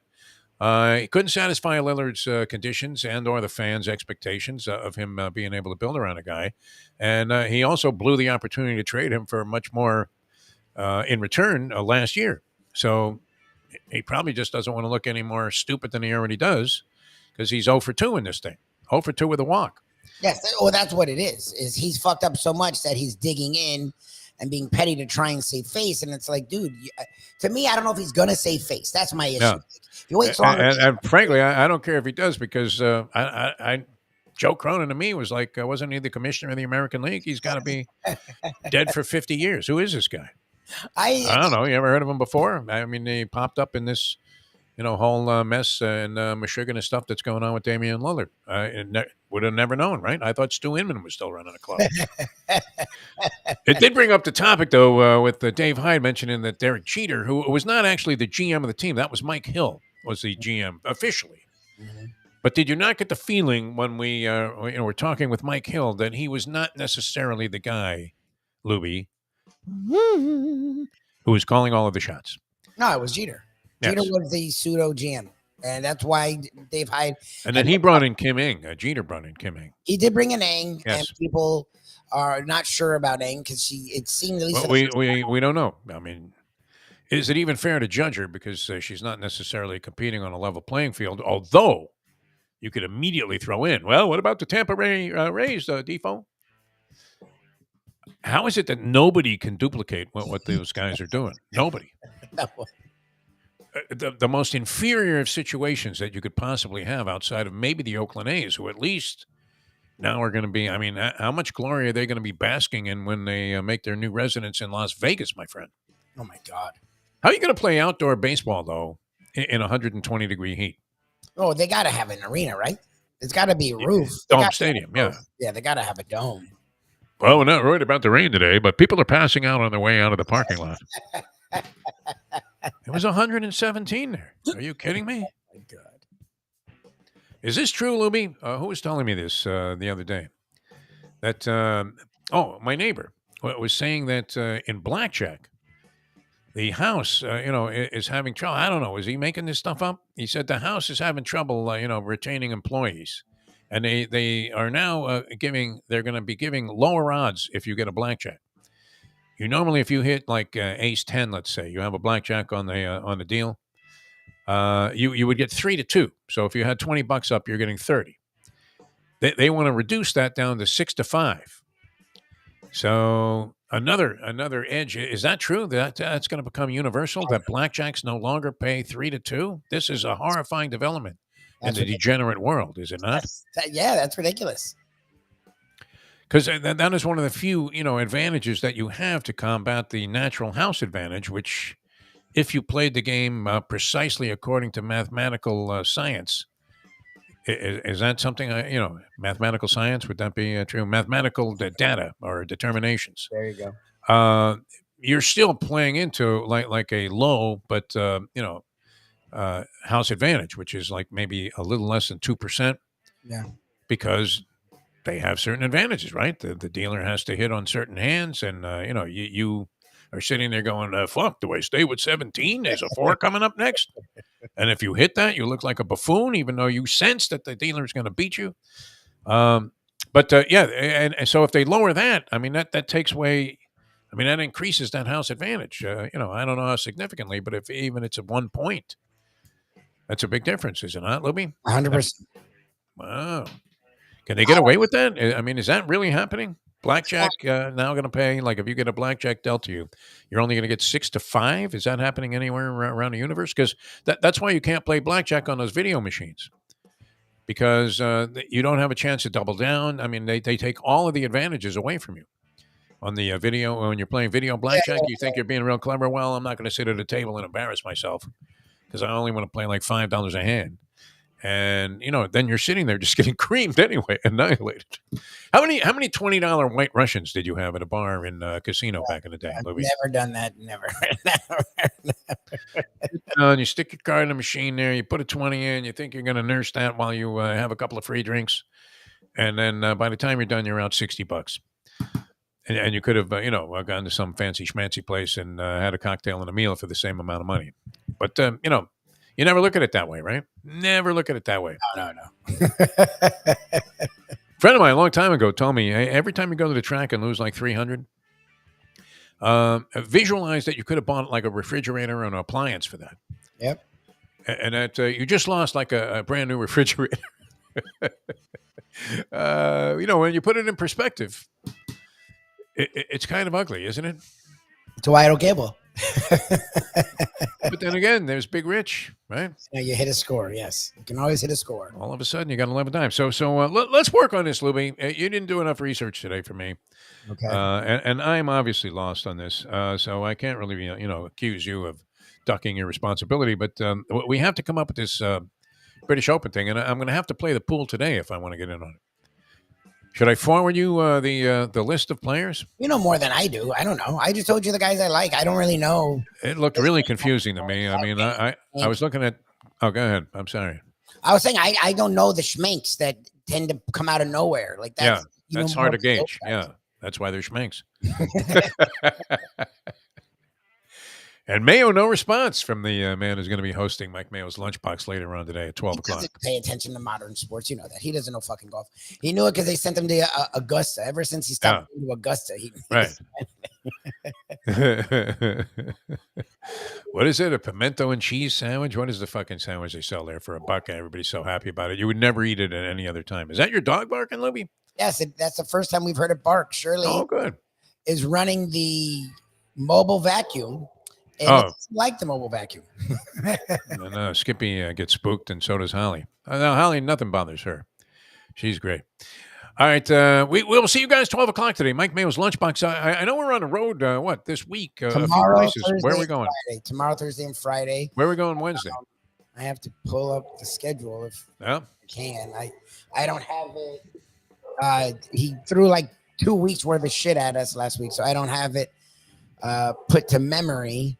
Can we trust that he's got track of it in his mind? He may. No, he's very good with lists and stuff like that. You know, he gets very businesslike. All right, well, we'll find out later on today where we're going the rest of the week there. I know Friday it'll be at Gulfstream. Are we Thursday we're at Delaware Chicken Farm? We're at Casa. Oh, we're back at Frankie's. We're at Casa Calabria. Oh, beautiful. Wow. For that extravaganza. Yeah. And then Thursday we're at Delaware, obviously, for our monthly. It's going to be a big week of eating. Wow. And then Friday back at 10 Palms where they treat us like kings. So it's going to be, and then Sunday we're going to be doing our, by the way, a group, our quarterly visits where we do a brunch at 10 Palms. So if you want to join in, I know there's a reduced rate and we had a really good time. $40 for that buffet is a bargain. Plus you got a table at the track on the finish line. It's fantastic. And it includes like a mimosa. So your first drink's on the house there. Although I probably could guzzle about 20 mimosas. What do you think? The mimosa is, I don't know that I want to, but you're not having one mimosa, are you? No. You have like 3 or 4. When it's unlimited, you have like 5 to 7. Yes. You know what the Mustang does? She orders the orange juice on the side.